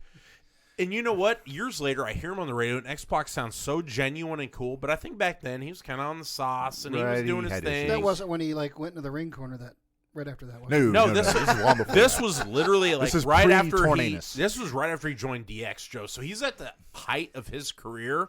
This is not 1, 2, 3 kid shit. This is X-Pac, DX. But he's buying a flip phone, you know. He's not bigger than he is at this point. Yeah, this is the biggest he could be. And my mom was like, that guy's a dick. And I'm like, Mom, he's trying to buy a cell phone. And she's like, I don't give a shit. I don't care about, my mom don't care. Right. But me, I just couldn't, I've never seen one. It was like seeing something out in the wild. You're like, who am I? I remember at Hooters here in Champaign, I saw Arn Anderson and Nathan Jones. Nice. And I didn't approach them. We were at Hooters. They wanted wings and tits. Yeah. And I'm like, no, I'm not going to bother Double A and Nathan. Oh, I couldn't have stopped if it was Double A. I mean, I probably would have. Dude. I mean, the sense in my head would say, let him eat. Let Mark him have would have space. followed him to the bathroom. No. I have some. Selfie in the mirror. Okay, so we never let you finish. So what's your favorite Royal Rumble? 92. My favorite Rumble match is 92. My favorite overall Rumble might be 2001, which is that's the one Austin won his third, and the main event was Triple H and Angle for the world title. Is that third? Is that the one where he's like gone most of the show and comes back? No, that's 99. Is that the one where Vince wins? Yeah. Okay. But 01, that's the one that had Jericho and Benoit in the ladder match. Which is the one where Vince blows both of his knees out? 05. Yeah. See, look, you're an encyclopedia. Well, I haven't got to that part God, yet. you nerd. But I told you, man, Wrestling Rain Man. That's what they call it. So, but no, 01, they had the Dudleys and Edge and Christian straight up for the tag title. It was just the card was stacked, and you got the Honky Tonk Man came out for the Rumble. I think Drew Carey was out there. I mean, that here nor there, but just then Triple H and Austin are going back and forth. Apparently the price show. was right. Yeah, Rain Man, who has the most eliminations? Go. Well, technically Braun for the greatest Royal There you Rumble, go. but for an actual official Royal Rumble from the pay-per-view, it's Roman. I thought it was Kane. Nope, Roman beat him. Roman got 12 in 2014. All right, give me a winner. Who wins this year? Kyler told me. Who the fuck did Kyler say? It was somebody off. He was like, Hook. no, it was some. Yeah, it was seriously. Kyler's like, Dad, I think it's going to be Montez Ford. And I'm like, wow. That's what? a hot take. Kyler? Wow. It was seriously some like rando. Okay, so men's Royal Rumble match. Has he been announced? Has the winner been announced yet? The winner has not been announced yet. That's what I'm thinking. The Montez has been announced. Well, I know. He's in it. I So- think it's Johnny Knoxville. It's not going to be Johnny Knoxville. What? He'll do something with Sammy. Ding, ding, ding, ding, ding, ding. But so who wins the men's Royal Rumble match? I don't know. That's some great commentary, Nerds. So I got nothing. I guess the question is who's Vince's next big push? Is it Orton? AJ Styles. No, I'm sorry. Kyler said it was going to be Omos. I could see Vince going on the almost route because he loves those big guys. Yeah, but the crowd's going to I think it depends. I guess I should backpedal. First things first, the title matches, we're going to go a long way deciding who's going to win the Rumble. So, starting with the Universal title, Roman and Rollins, who do you got winning? It's got to be Roman, right? You would think, but It's got to. I mean, they could swerve us. They could. I'm hearing a lot of talk it's going to be Rollins. Is Rollins a babyface or a heel? Yes. yeah, Yeah, right. exactly. He's right? a heel on Raw, but he's been doing babyface on SmackDown while he's with Roman. What's the deal with Owens? He's on the Is cusp is he a lackey or is he like bullshitting? he's on the cusp of the United States Championship, if you watched last night. But no, the rumors I'm hearing is Brock's going to retain over Lashley, Yeah, makes sense. and then Roman's going to lose to Rollins, Okay. and then Brock and Roman are going to go at Mania for the WWE title. So is Roman coming out winning the Rumble? Is that what you're saying? No. That's been discussed. No, It's been come thrown out. on. I hope not. So do who that. do they need to break up right now? They don't need to break anybody Riddle up. and but Orton. If they're going to break anybody up, Exactly. it needs to be Riddle and So Orton. I think it's going to be Riddle, and I think Riddle's going to get a title shot. I think Riddle is due. I think Riddle's due number one. I Crowd think Riddle's loves going to him. get a title shot, and Orton's going to flip a switch. I love it. I love it, Joe. Yeah. Riddle is due. Riddle's been due. Riddle's been due. Here's the thing, though. That's if, my call. if they break them up now, neither one's getting close to a title shot. They're going to go to Mania. They got to one-on-one. wrestle each other, though. Yeah. Yeah, they have to. Or do they wrestle at the show before the show? Whatever that There's not a show before the show. It goes yeah, Rumble there's to a Mania. Saudi thing. They're doing the Yeah, Saudi they thing. still got that, and then Yeah, but they'll save it for Mania. I think it's a big enough. But the deal. Saudis, Goldberg. But the Saudi show is called by the Saudis. Yeah. Yeah, They basically write that show. Well, yeah, they wanted Ultimate Warrior. Yeah, He's yeah. Fucking dead. So. I think. All right, so you're saying Roman Reigns. Is that what you're saying? That's what you said. That's what you said? I said that's a possibility. Give me a Here's what I want. I think AJ Styles. whoever wins the Rumble, I think challenges for the Raw title. Okay. And I think it's Riddle. I think it's AJ. I think it's Riddle. That's my I Because- love the Riddle. I would love it to be Riddle. I I think it's so would AJ. I. It's the first time he's been a baby in here's 3 the years, thing. 2 years. If Rollins wins the title from Roman and takes, because he said he's going to take it back to Raw if he wins. Okay. So then you get AJ and Rollins at WrestleMania. I mean, just take my money now, man. Oh, AJ and Rollins? Yeah. Yeah. So then Roman will get his shot at Brock. Brock could probably be the one to challenge Roman. Hey, anybody listening? Who's your pick? Who's your Rumble pick? I see some names listening. Mindy, Dwayne, John, Among others. Brandon. Anybody? Keith. Who's winning the Royal Rumble this year? Joe says Riddle. Mark says AJ. I think it's AJ as well. I'd like to see an AJ and a Rollins. The match. thing is, I Joe, mean, as I agree with you, I think Matt Riddle is due. The crowd loves Riddle. A lot of people hate Riddle. Riddle's a heat magnet where he could win the belt, and they could easily flip him to a heel, easy. because Riddle people hate him. Yes. Riddle needs to be the guy to turn on Randy in this Oh, tag yeah. team. Has to be. Yes. Has to be. Hit him with the scooter. Not even the scooter. Just get rid of the scooter. Just get the crap out of him. Yep. He's an MMA guy. He can Yeah. beat the hell out of anybody. Yeah. But yeah, I think it's got to be AJ. So we get Brock and Roman, Get and then Brock. whoever wins the Rumble faces Rollins. That's what I think. Okay. I like it. I like it. All right. Hey, one other thing. Mhm. Is Ronda Rousey coming back? I don't think so. No. Not yet. Not to read it. not to WWE. I read it. I think they want her. The Women's Rumble is disjointed. Hey, all right, give me your She won't go to women's- AEW Give me- because there's nobody that can work Well, with I E her. think she hates WWE though. Give She me, never said she hates WWE. I just she think got she pregnant. does. Give me your Women's Rumble surprises. My, They ruined Mickey. yeah, they Medusa. I do like that Mickey's bringing the belt with her, though. That's from what she said. My biggest surprise is also my pick to win the thing, and that's Bailey. Bailey. Yeah. I like it. Then give me Bailey and Becky for the title. Is there any chance that the Sasha injury is a swerve? It's always possible, but There's no chance Lita, Sasha's right? too Like busy, they're though. building Lita up. I think Sasha's too busy. She's doing movies and stuff. I don't think that's fake. I mean, I think So- she's going to be not there. Man, I So- think it's Ronda. yeah. I really I do. I don't know. I mean, She's had the kid. I think we see Medusa. I really do. So you guys think the live push is over? Yeah. For now. It's done. I think it'll come. She It'll can't circle cut a back promo, around. Joe. And Alexa Bliss is an option. She's Yeah. coming back. There's a She's new been- character, yeah. some evolving. She had a breakthrough in therapy yesterday. That's what I heard. Are there any men's surprises? Do you think we get Moose? No. It's not going to be AEW. They've already said It won't that. be AEW. Cody's the only option that could have been, I Yeah. think. Cody, like you said, Cody's a glory hound. If it's an Impact guy, hey, I'm going to throw this out here, Mark. And this nobody's even discussed this. He was an Impact guy a year ago. Ken Shamrock. Rumble and then Hall of Fame. I think that'd be a fun surprise. Just for nostalgia purposes, absolutely. They've mentioned him for the Hall of Fame for years. Mm-hmm. What about Scott Steiner? What if Rick they- Steiner? What if they did? It'd be a better chance to get Rick. I think Scott's Braun burned his comes bridges on out the- and then Rick comes out. What if I do it think is Braun's in the somebody Rumble. like He's in, yeah. You know, him and Kurt Angle both come back. Mindy agrees. Bailey. Yep.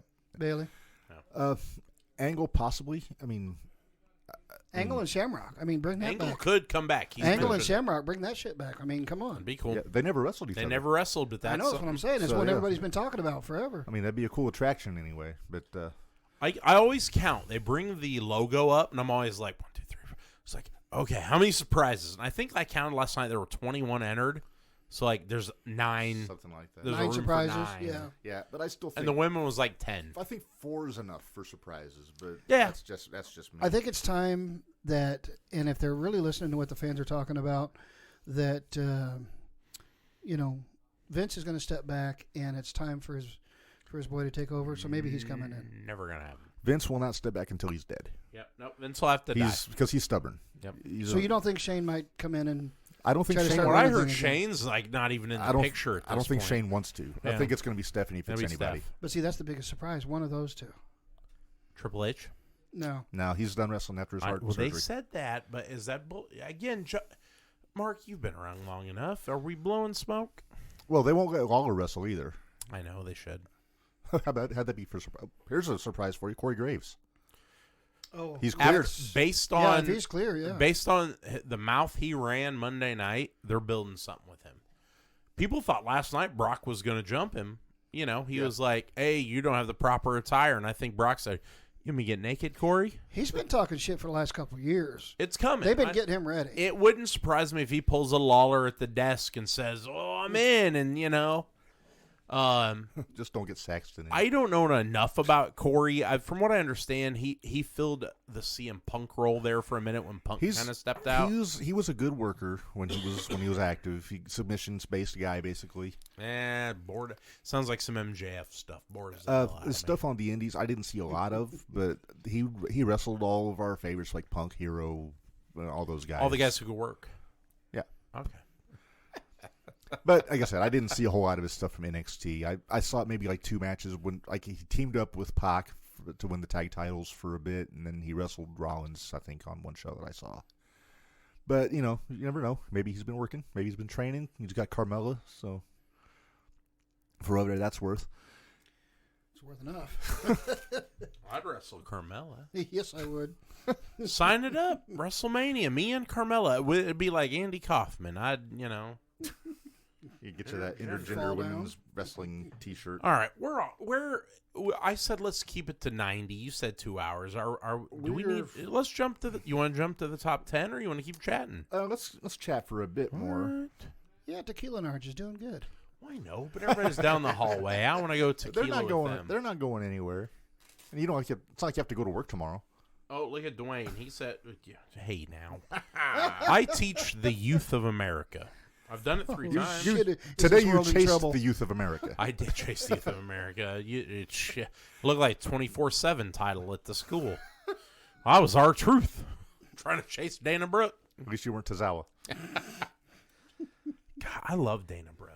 I do. I think she is a company woman too. She is. I think she's trying too hard though. Yeah. She is. She wants always to be. has. She wants to be the female Miz. The females. The females, but she's trying too hard. Yeah.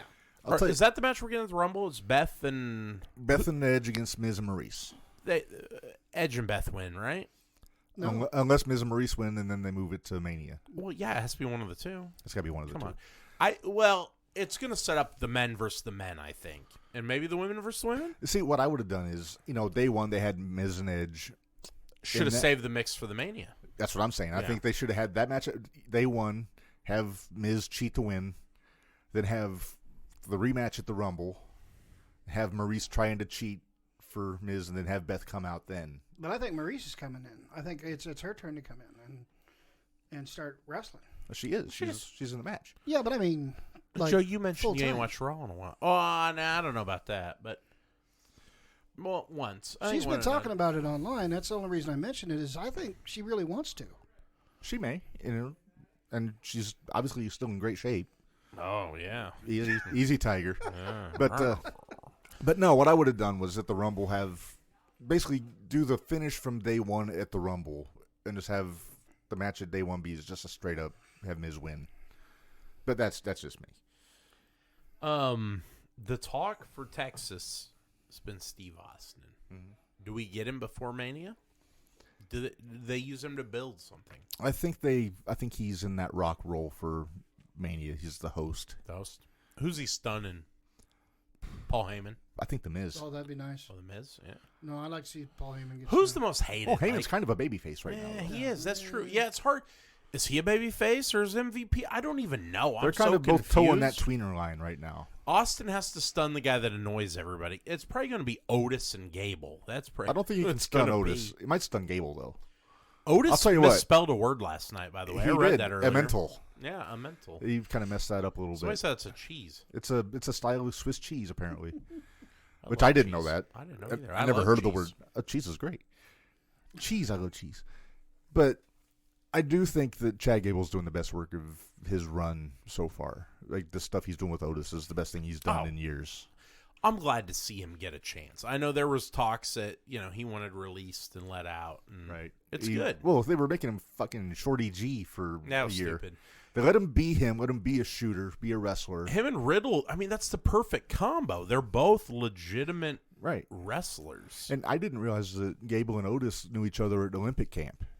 I didn't know they live by each other. I read. Yeah, Otis bought a house in the same. I guess they're best friends. But I was reading this thing that Gable put out after they won the tag titles, saying that he'd known Otis since they trained for the Olympics together. But that's the problem with WWE. They don't have that division where Riddle and he can wrestle because they just don't have that middle weight. Had they had that pure championship like Ring of Honor, yeah.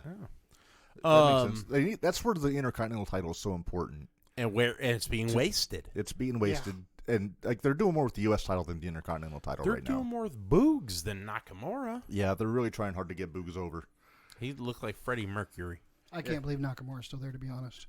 Now, Joe, and the thing is, ask Mark. I was a huge Nakamura guy when he came in, and now I'm like, oh, it's this guy again. He hasn't really changed. I don't know. I mean, they got to drop. He's dropping the belt soon. He has to. I would think so. I don't think they have anybody in mind to take it from. I think that's the reason he's had it for so long. Who on SmackDown would take it from him? Give me a guy. I mean, the obvious answer is Sami Zayn. I go with Happy Corbin. Oh, they're both heels, though. You got to pick a babyface. Nakamura's not heel. Wait, no, shoot. I'm thinking Roman Corbin win? and Zayn. That's my fault. No, it's got to be What if Corbin. they let Roman win and Seth falls back to that? Well, Seth will go back to Raw, though. So then he'll be back in the Universal title. It's got to be Corbin. Corbin's a good call. He's due. He's due. His character sucks, but he's getting it over though. Madcap, that's a little weird. I don't know who else I can think of. I mean, Corbin's put the time in. What? Pat McAfee. No, not Pat McAfee. McAfee. Mark hates it when I say that. I love his work. I do think he'll be in the ring sooner than later. Maybe, is there a chance we see Pat at the Rumble? Maybe. We were on the same wavelength there. Yep. Yeah. I can see it. Because McAfee, those two matches he's had. Hear me out. Pat and Corey Graves. Pat goes in 21, Corey at 22, and you've got the announcer. We've never had that. They're such a weird matchup, though. It is, but we've never had the Raw smack. They both get up. He's like, it's my turn, and now it's my turn. They kind of did that in 20...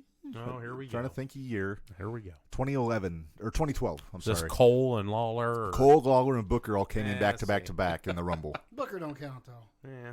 I mean, How dare you? Hey, so right here though, Booker's in the Rumble. oh yeah. I guarantee it right now. I won't be surprised by that. Yeah. He was supposed to have his return. His show got canceled. He runs a company. Reality of wrestling. And had a COVID deal, and that's off. But I think that was supposed to be his warm up. Now he ain't getting a warm up. It's the Rumble. Do we see Stevie Ray? Do we get a Harlem Heat reunion? I don't know. They had their farewell match, finger quotes, either last year or the year before. Man, I'd as love Harlem it. Heat. I think. Oh, I'd be all for it. If the Rumble was in Dallas, but Right. where's the Or Rumble? Harlem. Or it's in St. Louis, right? Rumble's in St. Louis. Mania's in Dallas. Yeah, who from St. Louis could come and be? There's no Harley anymore. There's no Harley. Bob Orton Murdoch, Jr.'s done. Yeah.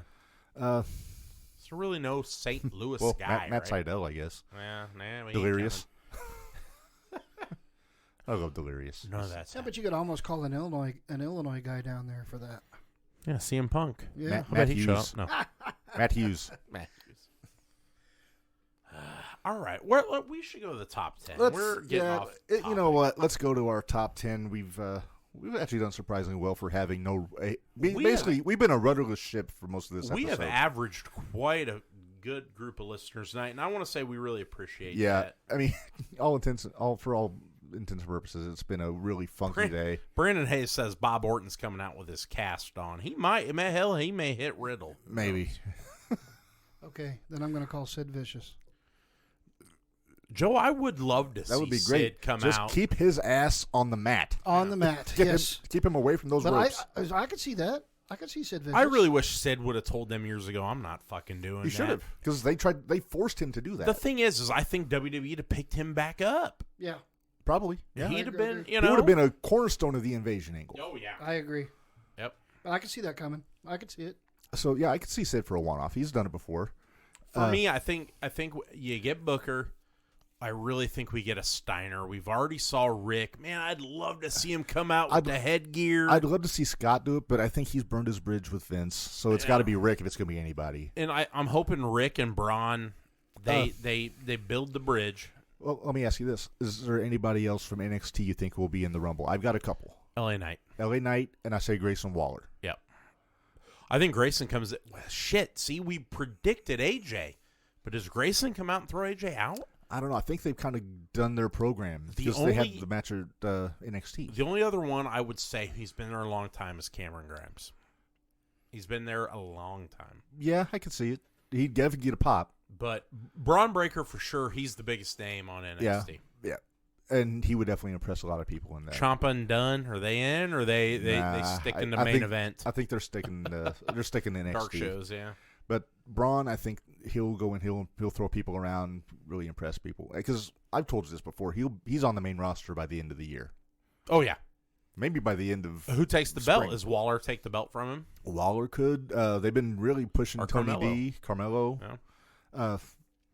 Your guess is as good as mine in this case. I mean, hell, you could even put it on what's his name, Duke Hudson, the poker player. Who's the guy with the U on his shirt? Does That's, he wrestle? Oliver Chase is his name. Does he wrestle? He does wrestle. Oh. He's new. They're still building him up. Hey, Mark's back. He didn't bring tequila, though. He didn't. What the hell?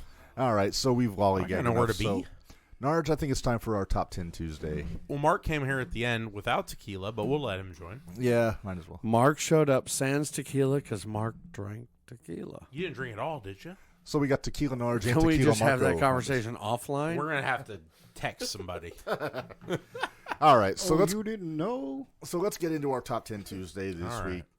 And let me get my notes up here because I do have notes because I am Mr. Prepared. It's the top 10 of the Royal Rumbles, It's correct? Top 10 individual Rumble performances. And I'm sticking just to the traditional Royal Rumble. I don't have the greatest Royal Rumble in this. Did Hulk Hogan ever appear in a Royal Rumble? He won 2. He won 2. Did The Rock ever appear? He won 1. Hang on. John Cena. 2. Won twice. Steve Austin. 3. 3 the most. Thrice. Okay, so number one for you people that are listening to me, which is like all of you because you're listening, Steve Austin, and whatever Royal Rumbles he did, he wins. That's it. That's fine. It's over. But go ahead, Mark. All right. So like I said, this is just individual performance in one Rumble match is my criteria here. Because I always have to have rules. Number 10, Maven. No, not Maven. For what he did to that poor popcorn machine, I'll never forgive him. So number 10, I got Ted DiBiase from 1990. Oh, yeah. Came in number 1, went 45 minutes. He had bought number 30 the year before, so they basically, he said the Gestapo basically picked his number for him and gave him number 30 or number 1. And The Gestapo? well, in a manner of speaking. Are we talking about the guy that's in the WWE right now that just picked up the name of a Nazi? Oh no! Oh, we didn't even get into Oh, Gunther. Oh, yeah.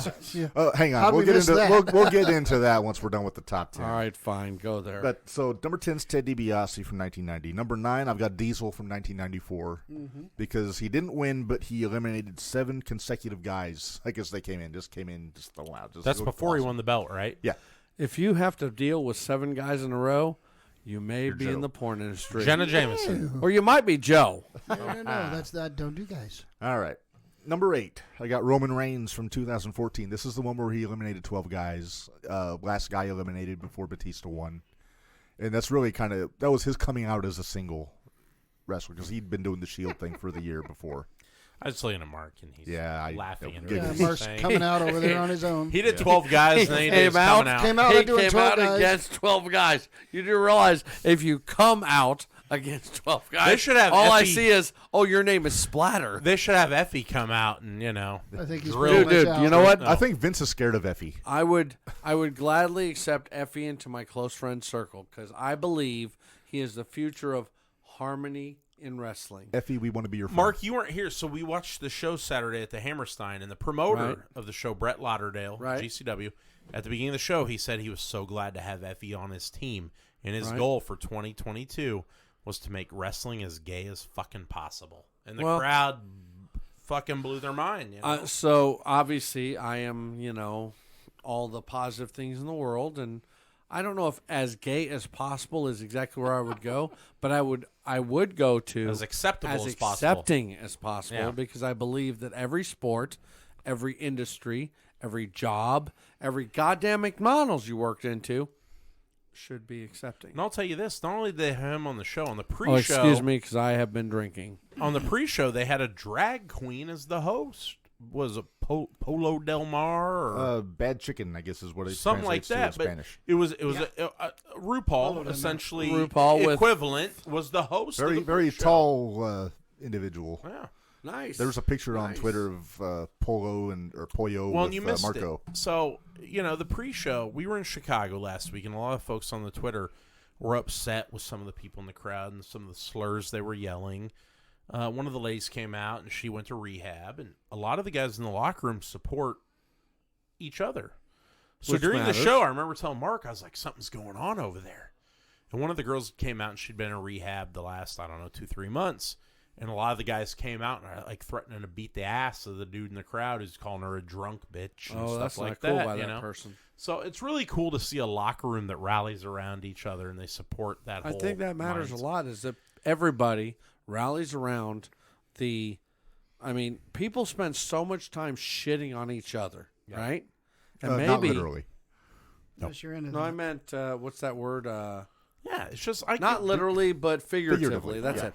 Figuratively, everybody. Well, not everybody. A lot of people spend a lot of time shitting on each other figuratively, and maybe you should spend a lot more time just giving a flying fuck about somebody. And that's it. These guys that came out, these are the deathmatch guys. These are the guys you look at and you're like, they're crazy. They're tough as shit. And they're out there defending this, And why do you like the light tube blash? I don't know. Yeah. Getting hit with a light tube, I'm like, that seems cool up until the minute I'm bleeding out of 47,000 wounds. But those are the guys who are defending the LGBTQ. They're the ones out there then saying they we've got your back. win. They Yeah. win no matter what. They're the winners That's it. because fuck these people that don't get it. Mark, back to you. All right, so we've flown off the rails here, which is Well, we didn't want to just jump this night. no. There's been much jumping over the last few. So I digress. Number 7, I've got Steve Austin from 1997 when he won out of the 5th spot, even though it was controversial because technically he got thrown out. That's but when the Brett referee threw didn't him, see and then, yeah. And then he screwed Brett, threw him out. Just good stuff. Right. And So Austin Can we was so good. clarify that screwed Brett doesn't literally Figuratively. mean Hey, everybody's what screwed Brett. Joe thinks Right. screwed anybody means? Right. Everybody screwed Brett. Yeah, everybody screwed Brett. Brett Except screwed Joe. Brett Except even, Joe. Brett Brett even screwed screwed Brett. himself, yeah. Yep. Just ask Earl Hebner. All right, number 6, and this is going to get me some heat with the listening audience. Rey Mysterio, 2006, when he won the Rumble from the second spot, which was he did it in tribute to Eddie because Eddie had just passed away, so it was used the feel good. I don't know why moment. you catch any grief for that. I'm just saying. Well, somebody said on here, let me check. Dwayne pissed Dwayne off. He said he should be in the top 3. Yeah, it's, there's a case to be made for He's it. in the top 10. That's good. Tough, Yeah. Dwayne. Hey, let's be clear about this, okay? Dwayne should be absolutely appeased for the next 3 months because Hairbanger's Ball is playing near here. That's it. Yeah, but Dwayne's going to be really mad because I don't have Nia Jax on here from her appearance in the 2019 Rumble. How dare you? All right, so moving on here. So yeah, Ray, it was great, but not quite top 3 material, because it was kind of predictable he was going to win because of the whole Eddie thing. But let's see, number 5, I got Bianca Belair from last year's Royal Rumble when she came in number 3 and won the whole damn thing. It's fantastic. And it's unfortunate what's happened to her the past year. They kind of... What, all the winning? Yeah, I mean, she's kind of an afterthought in the whole... Yeah, she hasn't. But she's been winning, but she hasn't been taking a front row spot. Well, it's like the old saying, you got to go back. You can't be on top all the time. And Well, Charlotte is. Not always. Yeah, sure Not seems like it, always. doesn't it? Usually. But no, Bianca, she had her run with the belt with Becky. Then they brought her back down to kind of heat her up again. And then I think she'll be one of the top last 4 in the Rumble this year. And then I think she'll be back. You can't keep somebody like Bianca down. She's too good.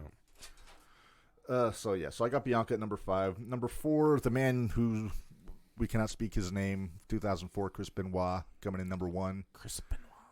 And again, we talk about Benoit for his accomplishments in the ring, not for the What crazy. he did in the ring was amazing. Yeah, but the crazy stuff outside of the ring, we don't touch on. We don't have an opinion on that. We should touch on it, though. We should realize It that is wrong. what happened in the ring caused what happened not in the ring.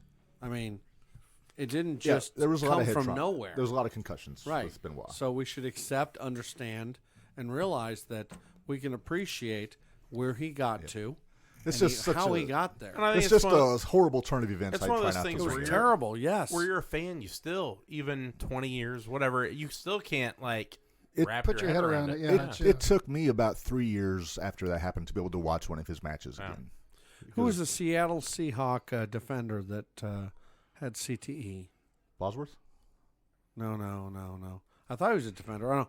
But CTE is a real thing.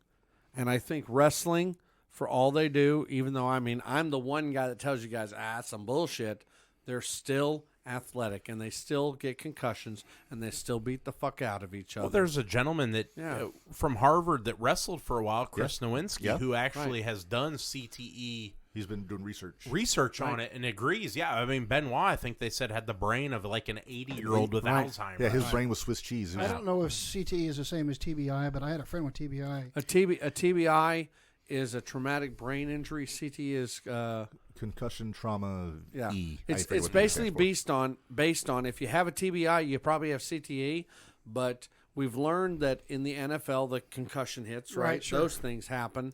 And I think we have to agree that in wrestling, they take a lot. You guys call them bumps, okay? You call them bumps. You got knocked, But they don't and take you bumps fell to down. their heads on No. a normal basis. Yeah, but they land on their heads. They land weird. Some shit doesn't Sometimes, go yes. right, Yeah. right? Sometimes so things go wrong. I think we should all recognize and appreciate the fact that what these guys do sometimes put them in a traumatic position. And Chris Benoit and a couple other guys, and Guerrero maybe? Not No, Eddie. no. No. Eddie wasn't a head trauma guy. Well, maybe even Randy Macho Man Savage. It's There you been go. said, Possibly yes. Macho Yeah, there's Hayabusa. some guys, Mike Awesome. We talked Yeah, about there you Hayabusa go. before. Yeah. So all these guys, Anybody and who's there's committed suicide. there's probably a at few some point ladies for involved, wrestling. right? Or But murder for that matter. they have been involved in situations where their heads and their skulls and their brains created trauma, right? And we call it CTE now, or we call it TBI, right? Right. A TBI is a boom, you had one. A CTE is post-mortem, but let's be honest, these people go through this shit. Well, and we it shouldn't judge them. Makes them function at the age of a child. I mean, Or literally. yeah. Well, there's some of them that like emotionally something that triggers them and angers them sends them off, which normally we would be like, oh, I'm not upset. I'm just okay, but they'd be upset. And I think it's really important to recognize, like you were talking about Benoit. Oh, before this, and maybe that's I think something after whatever happened with Benoit, the whole story. I think we should all recognize and applaud the fact that it wasn't Benoit. It was what happened to Benoit. And I think that made Jump him in the who he Reel should was. maybe take that on sometime during a thing. I agree. But I mean, for this, I agree. That's a good spot for him. Yeah. But that's a whole discussion for another time, and I'm sure we'll get into it sometime. Coming up on the next episode of Blossom. Whoa. All right, so I'm a Benoit's my number neuroscientist, 4. Number 3, I got Edge from this past year when he came in number 1. I like that. Won the I whole like thing. Coming back from an injury again. That was 2 epic comebacks in the span of 1 calendar year, which is unheard of. But no, he had a great showing last year in the Rumble, even if there wasn't a crowd because it was Thunderdome. Right. But, It was so nice to see him come back. yeah, absolutely. Yeah. All right, number 2, I've got Kane, 2001, 11 eliminations. Throwing everybody out. Yep, and then he was the last guy out when Austin won. And just literally, it had almost like a Diesel-like run when he first came in. It was like into the match, not just in general, but like the Hardys, I think, Honky Tonk Man, Taz. Well, shit, I throw the honky tonk man out. Right after he kabonged him with the guitar too. Drew Carey eliminated himself because he didn't want Kane to kill him. And then Yes, that Drew You Carey. didn't say Drew Carey, did you? I did indeed. Yeah, Price is The Right. Drew Carey? Yeah. The Cleveland guy? Yeah. Cleveland Rocks, yeah. He was plugging an improv pay-per-view, and they put him in the Royal Rumble. You know who's going to be in the Rumble this Saturday, don't you, Mark? Johnny Knoxville. Yeah, the Titty jackass guy. Nashville. And you know what? The thing is, before we get to number 1, Johnny Knoxville may take the best bump of any celebrity in the Rumble. I have a feeling he goes, they're going to might. launch him. Yeah. Well, I mean, Johnny Knoxville is actually, honestly, used to having semis drive over him. Well, the thing, so I've been watching him, and he's been coming out on SmackDown, right? He gets a pop for a celebrity like no other celebrity gets. Usually the WWE fans shit on celebrities. He came out last week to Sami Zayn, and the crowd was like, "Wah!"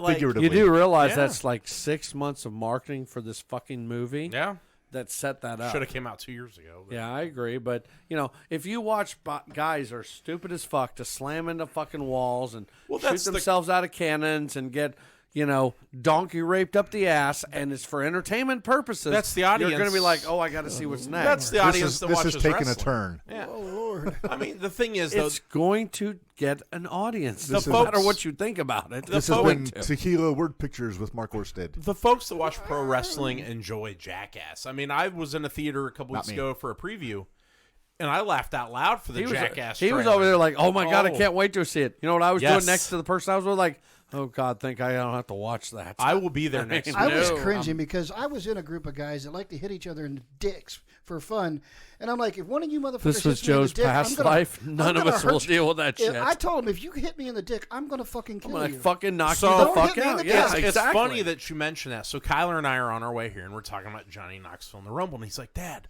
I watched that trailer last week, and that one guy got hit in the junk.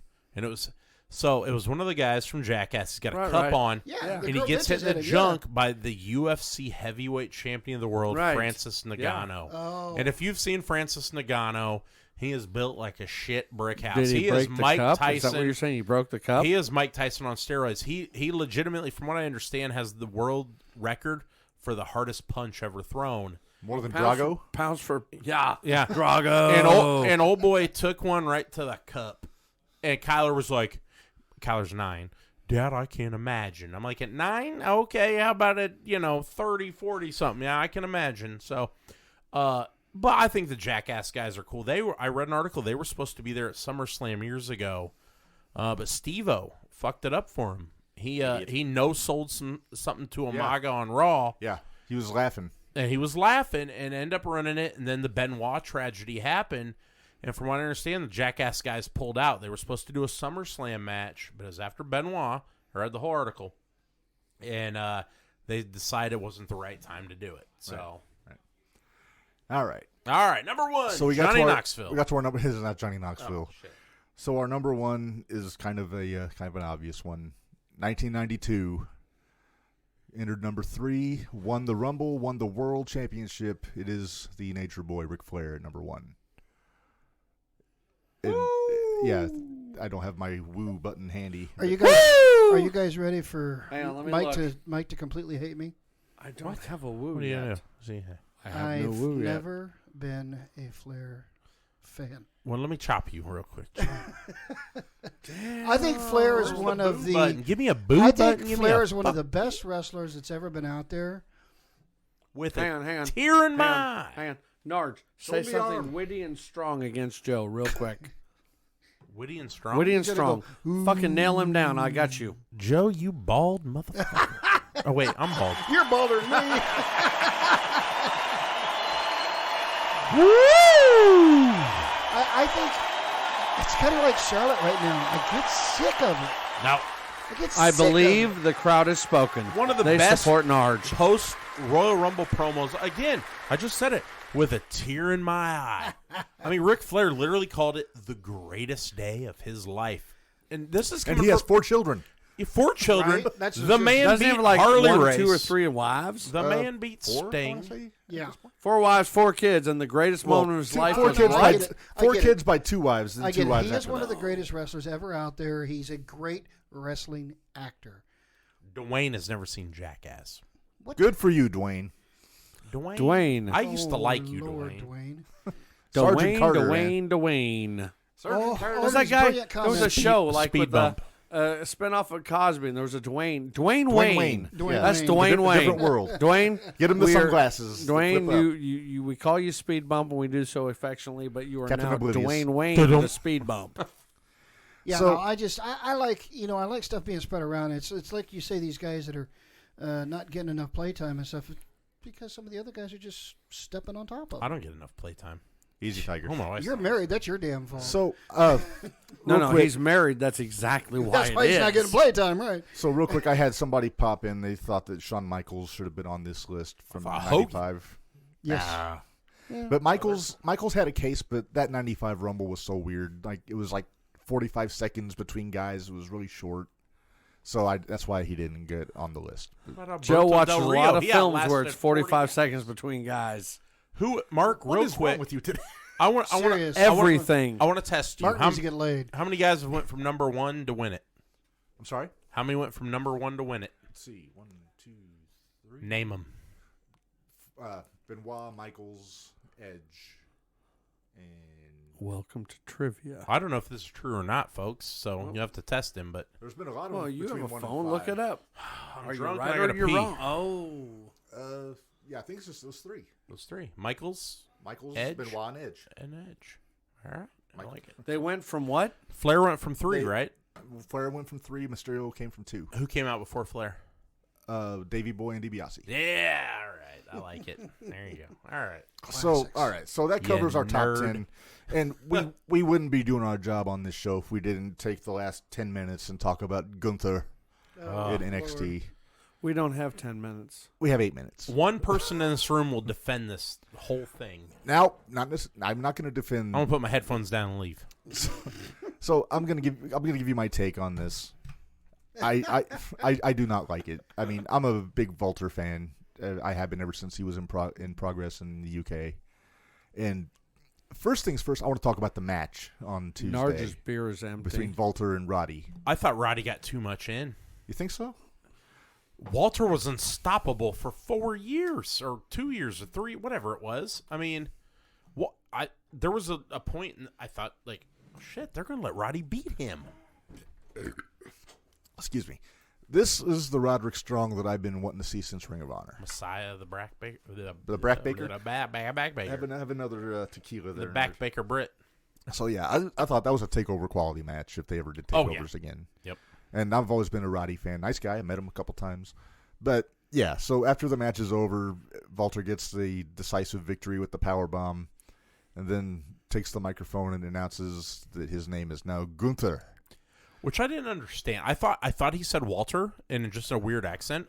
But my wife was like, pretty sure he just called himself Gunther. At first, I wasn't. I was half listening, and I thought that he was giving a high sign to the rest of Imperium because they came right in and started jumping on Roddy. Right. So I thought maybe he said something in German and they come out. And then I thought, wait, I start seeing social media like, come on, Gunther. And I was like, why the hell would they change his name now? They've had it for 4 years. Sense. If he was Gunther when he first showed up, maybe I can get behind it. But is this just a case of Vince fixing what isn't broken because he needs it to fit his vision? He's the puppet master, There's, right? There's one conceivable reason I could see them doing it, and that's if he's coming to the main roster. Yeah. That's the only reason I can even begin to justify Or a maybe name it's just change. because Vince McMahon is an egotistical, crazy-ass son of a bitch. Yes. For me, he's got to go through Braun Breaker before he comes to the main roster. You think Why? so? Yeah. Why bring him to NXT 2.0? Just take him straight to the main. Let him come out, debut him as Gunther. Let him chop the shit out of somebody. You know. I just don't get it. And, you know, Finn Balor got online and he said, well, people hated the name Finn. Yeah, but when you showed up, that was your name. Well, Balor picked that name. Right. But what I'm saying is that's what he debuted with in WWE or NXT. Right. Walter did not, you know, how often does this happen where they change? I mean, he's been there for, Usually, I think they said 4 years. Usually they alter a name. They don't change it outright. They'll drop like a first That's name what or I'm a saying. last I think name. that's why people are so upset. This is unusual. He didn't have a last name to drop, so they just Right. changed his first name. Like Riddle when they dropped the mat, you know, Cesaro, Rusev, all these guys that they've had that they've dropped part of their name, but they never outright changed somebody's name, not in a long time. And I think that's why people are upset, is Walter had built this Brand. brand. I mean, He's been building this brand for 15 years. Is he not, correct me if I'm wrong, is he not the longest reigning champion recent? I mean, Yeah, but that how was- long was his NXT UK reign? It was 500 some days. Is that longer than anything Brock or Punk or any of them have done? Longer than Punk. I think longer than Brock. If I had the numbers in front of me. You know, but, so that's my thing. but I think NXT UK is so under Vince's radar, he didn't even notice. That's another thing where if Triple H was that's where we around, differ. there would be it would change. You're kind of a WWE sympathizer, and I am not. necessarily. I refuse to let them sneak I am anything past me. I am a Triple H sympathizer. But I also understand. I've been watching WWE enough to know Vince's mindset usually, so I get why he does things, even if I don't agree with him. If Triple H really wants to stick it to the man, stick it to the Don't man. say it. He's got to Don't be say all elite. No, He's got to be all elite. he'll start his own promotion before he goes all elite. You know, if they work out this thing with Impact, could you imagine a bigger impact than Triple H showing up? I mean, how? Stephanie will withhold sex for so long if he does that. I mean, they've opened the door. Mickey James is the foot in, Right. But Triple H showing up, I don't know, drop Moose, drop whoever, hell, D'Amore even. I don't know. I don't see him being back in the ring. I mean, I never say never. Is there any chance Vince is in the pocket? Could Vince be talking money? to Impact? Impact. Oh, yeah. He did with ECW, so it's always possible. That's what I'm saying right here. Hey, we got Mickey. All right. I mean, they've got a roster mark. This is the first time in years where I thought Impact well, yeah. was just it's got a good product. It's like I said, man. It's the best in-ring product of the past year's been Impact Wrestling. Yeah, I mean, that pay-per-view the other night, again, because they're on Access, so I don't watch it. Right. That pay-per-view, though, from start to finish, I was like, wow, that was that was fun. It was a fun watch. Yeah, I'm not a fan of some of the stuff they do, like the Wrestle House business, where they do like their own little. Yeah, the goofball. It's kind of goofy, but I mean, Dreamer was always entertaining. You know what I on like? it. I like Tom Hannafin. Yeah, he's doing a hell of a job. I Isn't thought him and D'Lo worked real well together. I thought, and I think he was having more fun. And he said that in an interview. Cuffs are kind of off. Yeah, there's nobody in his ear. He said Josh Matthews understands where he came from. Right. They both came from the same. They were both NXT guys. Yeah. But yeah, so Impact is great. I wish they were on a better platform than Access TV. Oh, Mindy says Walter 870 days is NXT UK champion. There you go. That's longer than Brock. That's the record. So that's my issue right there. Is we drank all the Coronas, I guess. We're at the top. So one last thing. I want to go back to the Rumble. Okay. Give me, before we end the show, 3 surprises that you think we're going to see. Just across both matches? Yeah, sure. or across the whole show? I'll be men's, but go ahead. Okay, so I'm trying to think now because you put me on the spot. I'll go first. You go first. Booker T. Okay. Ronda Rousey on the women's. Enzo Amore. I don't know. I think Enzo. I think Enzo. Really? I think do. Enzo's washed his hands of WWE. Yeah. I think for a payday, Well, I he's thought they coming washed back. his I hands think of he's- him. What? I thought they washed their hands That of too. him. But Those are my three. all right, so I got Bailey for the women's match, coming back and winning the whole thing. I've got Corey Graves for the men's match, Yeah. and then I'm going to say Hornswoggle. Rick Steiner. No. God damn, no. He showed up on GCW this past week. He's looking for a payday. I- They'll do goofy shit in that Rumble sometimes. If there's somebody I cannot stand seeing it is Hornswoggle. I really can't. There is nothing about him that You can't appeals to tell me that WLC match was not a 5-star classic. Nope. When he came out of under the ring, I remember I was looking at Kyler and I was like, "You got to be shitting me." And I remember telling him, or I think I told you, I said, "Well, Brian Myers is coming." You knew he was coming. Who was it that took out Hornswoggle? Was it Marko? Marko Stunt. Yeah. I did not. I remember I told you Marko should pick on somebody his own Knew size, that but was he coming. kind of was. We got to get a Marko Stunt shirt. There's for nobody Marko. Marco size. Yeah. And then we're getting Marko stunt shirt for Marko, getting an Effie shirt for Joe. Hey, I want an Effie shirt too. I respect the fuck out of Effie. We're getting you the Effie shirt, and we're getting you the flag. I was glad to see Jeff Jarrett drop his little ass, but Who, Effie? yeah. JEFF Double J. Jeff Jarrett. I wouldn't be surprised to see him come. Jarrett? Yeah, oh, he's working was- all angles, Yeah, brother. He, he was, was on just SmackDown. Yeah. Yeah. That's another thing. I We're can see running that. long, but I think Eric Bischoff's pining for a job. He's going to be the GM. I think It seems to be. I think they're working Sonya out. They're of working the, Sonya that out. role. I think We're he's working going her to work. back in the ring. Yeah. They're going to work him over Adam Pearce. Yeah. He's working his way in. I'd love to see Bischoff back. I've always loved Eric Bischoff. Yeah, but I'm so tired of the heel authority figure trope, you know. So if he's there, I don't want him to be Easy E from the NWO. Yeah.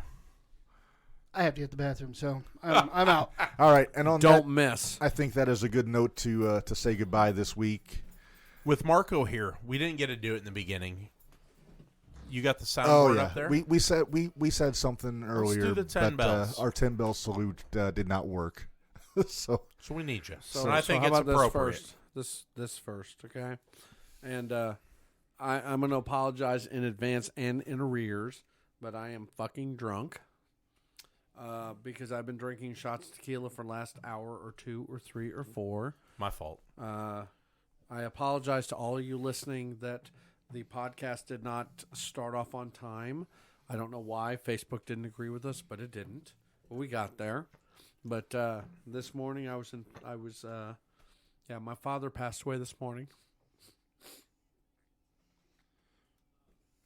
And as you can see from our screener, he's the only fucking person I know that thought, what would I put?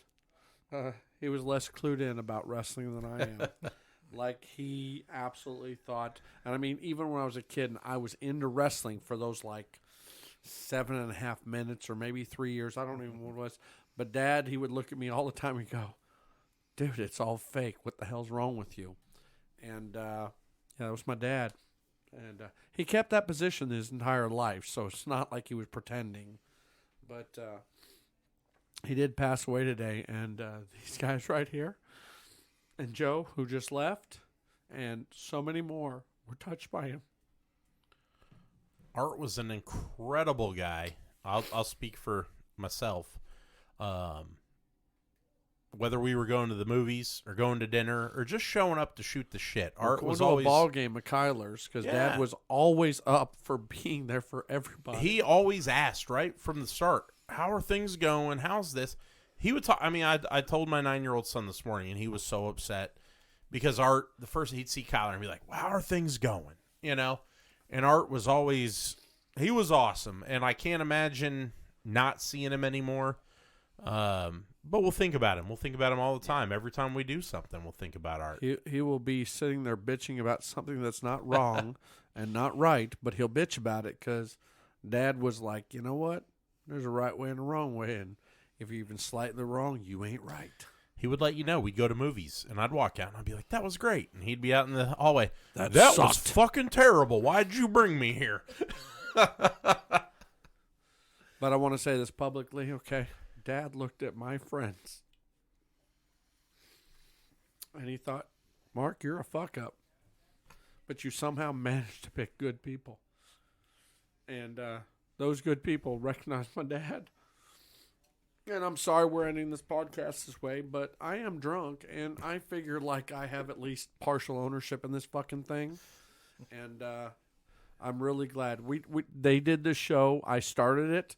I came in a little late, but I told them we're not canceling tonight's show just because of this shit. Because one thing I can tell you about my father was, come hell or high water, you're going to do what the fuck you have to do.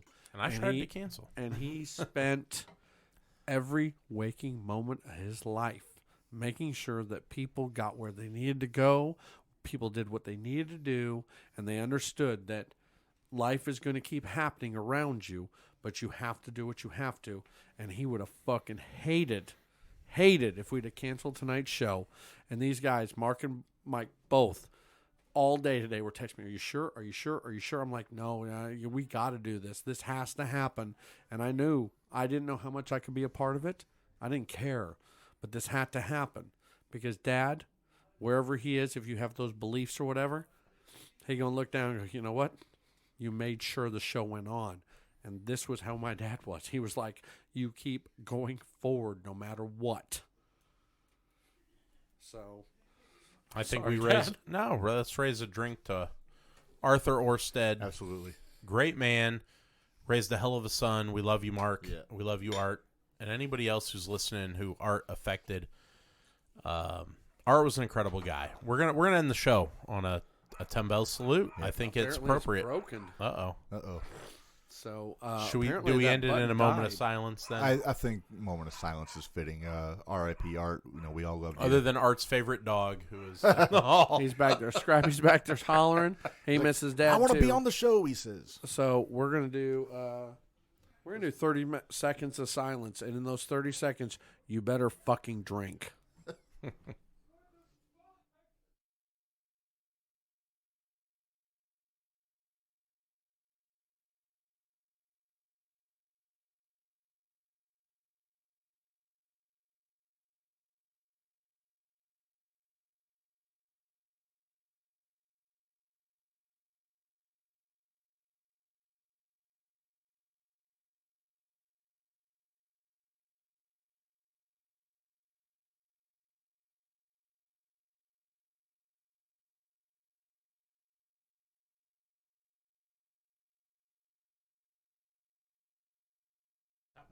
Man, Yeah. I want We to had say like to 8 everybody listeners listening, at one point, which is pretty good. I want to tell everybody thank you for listening. Yeah. And You do it. please just don't hold this episode against the guys or me. This has been a shitty day, was a but good I felt episode. like we had to go through. Okay? Yeah, go ahead.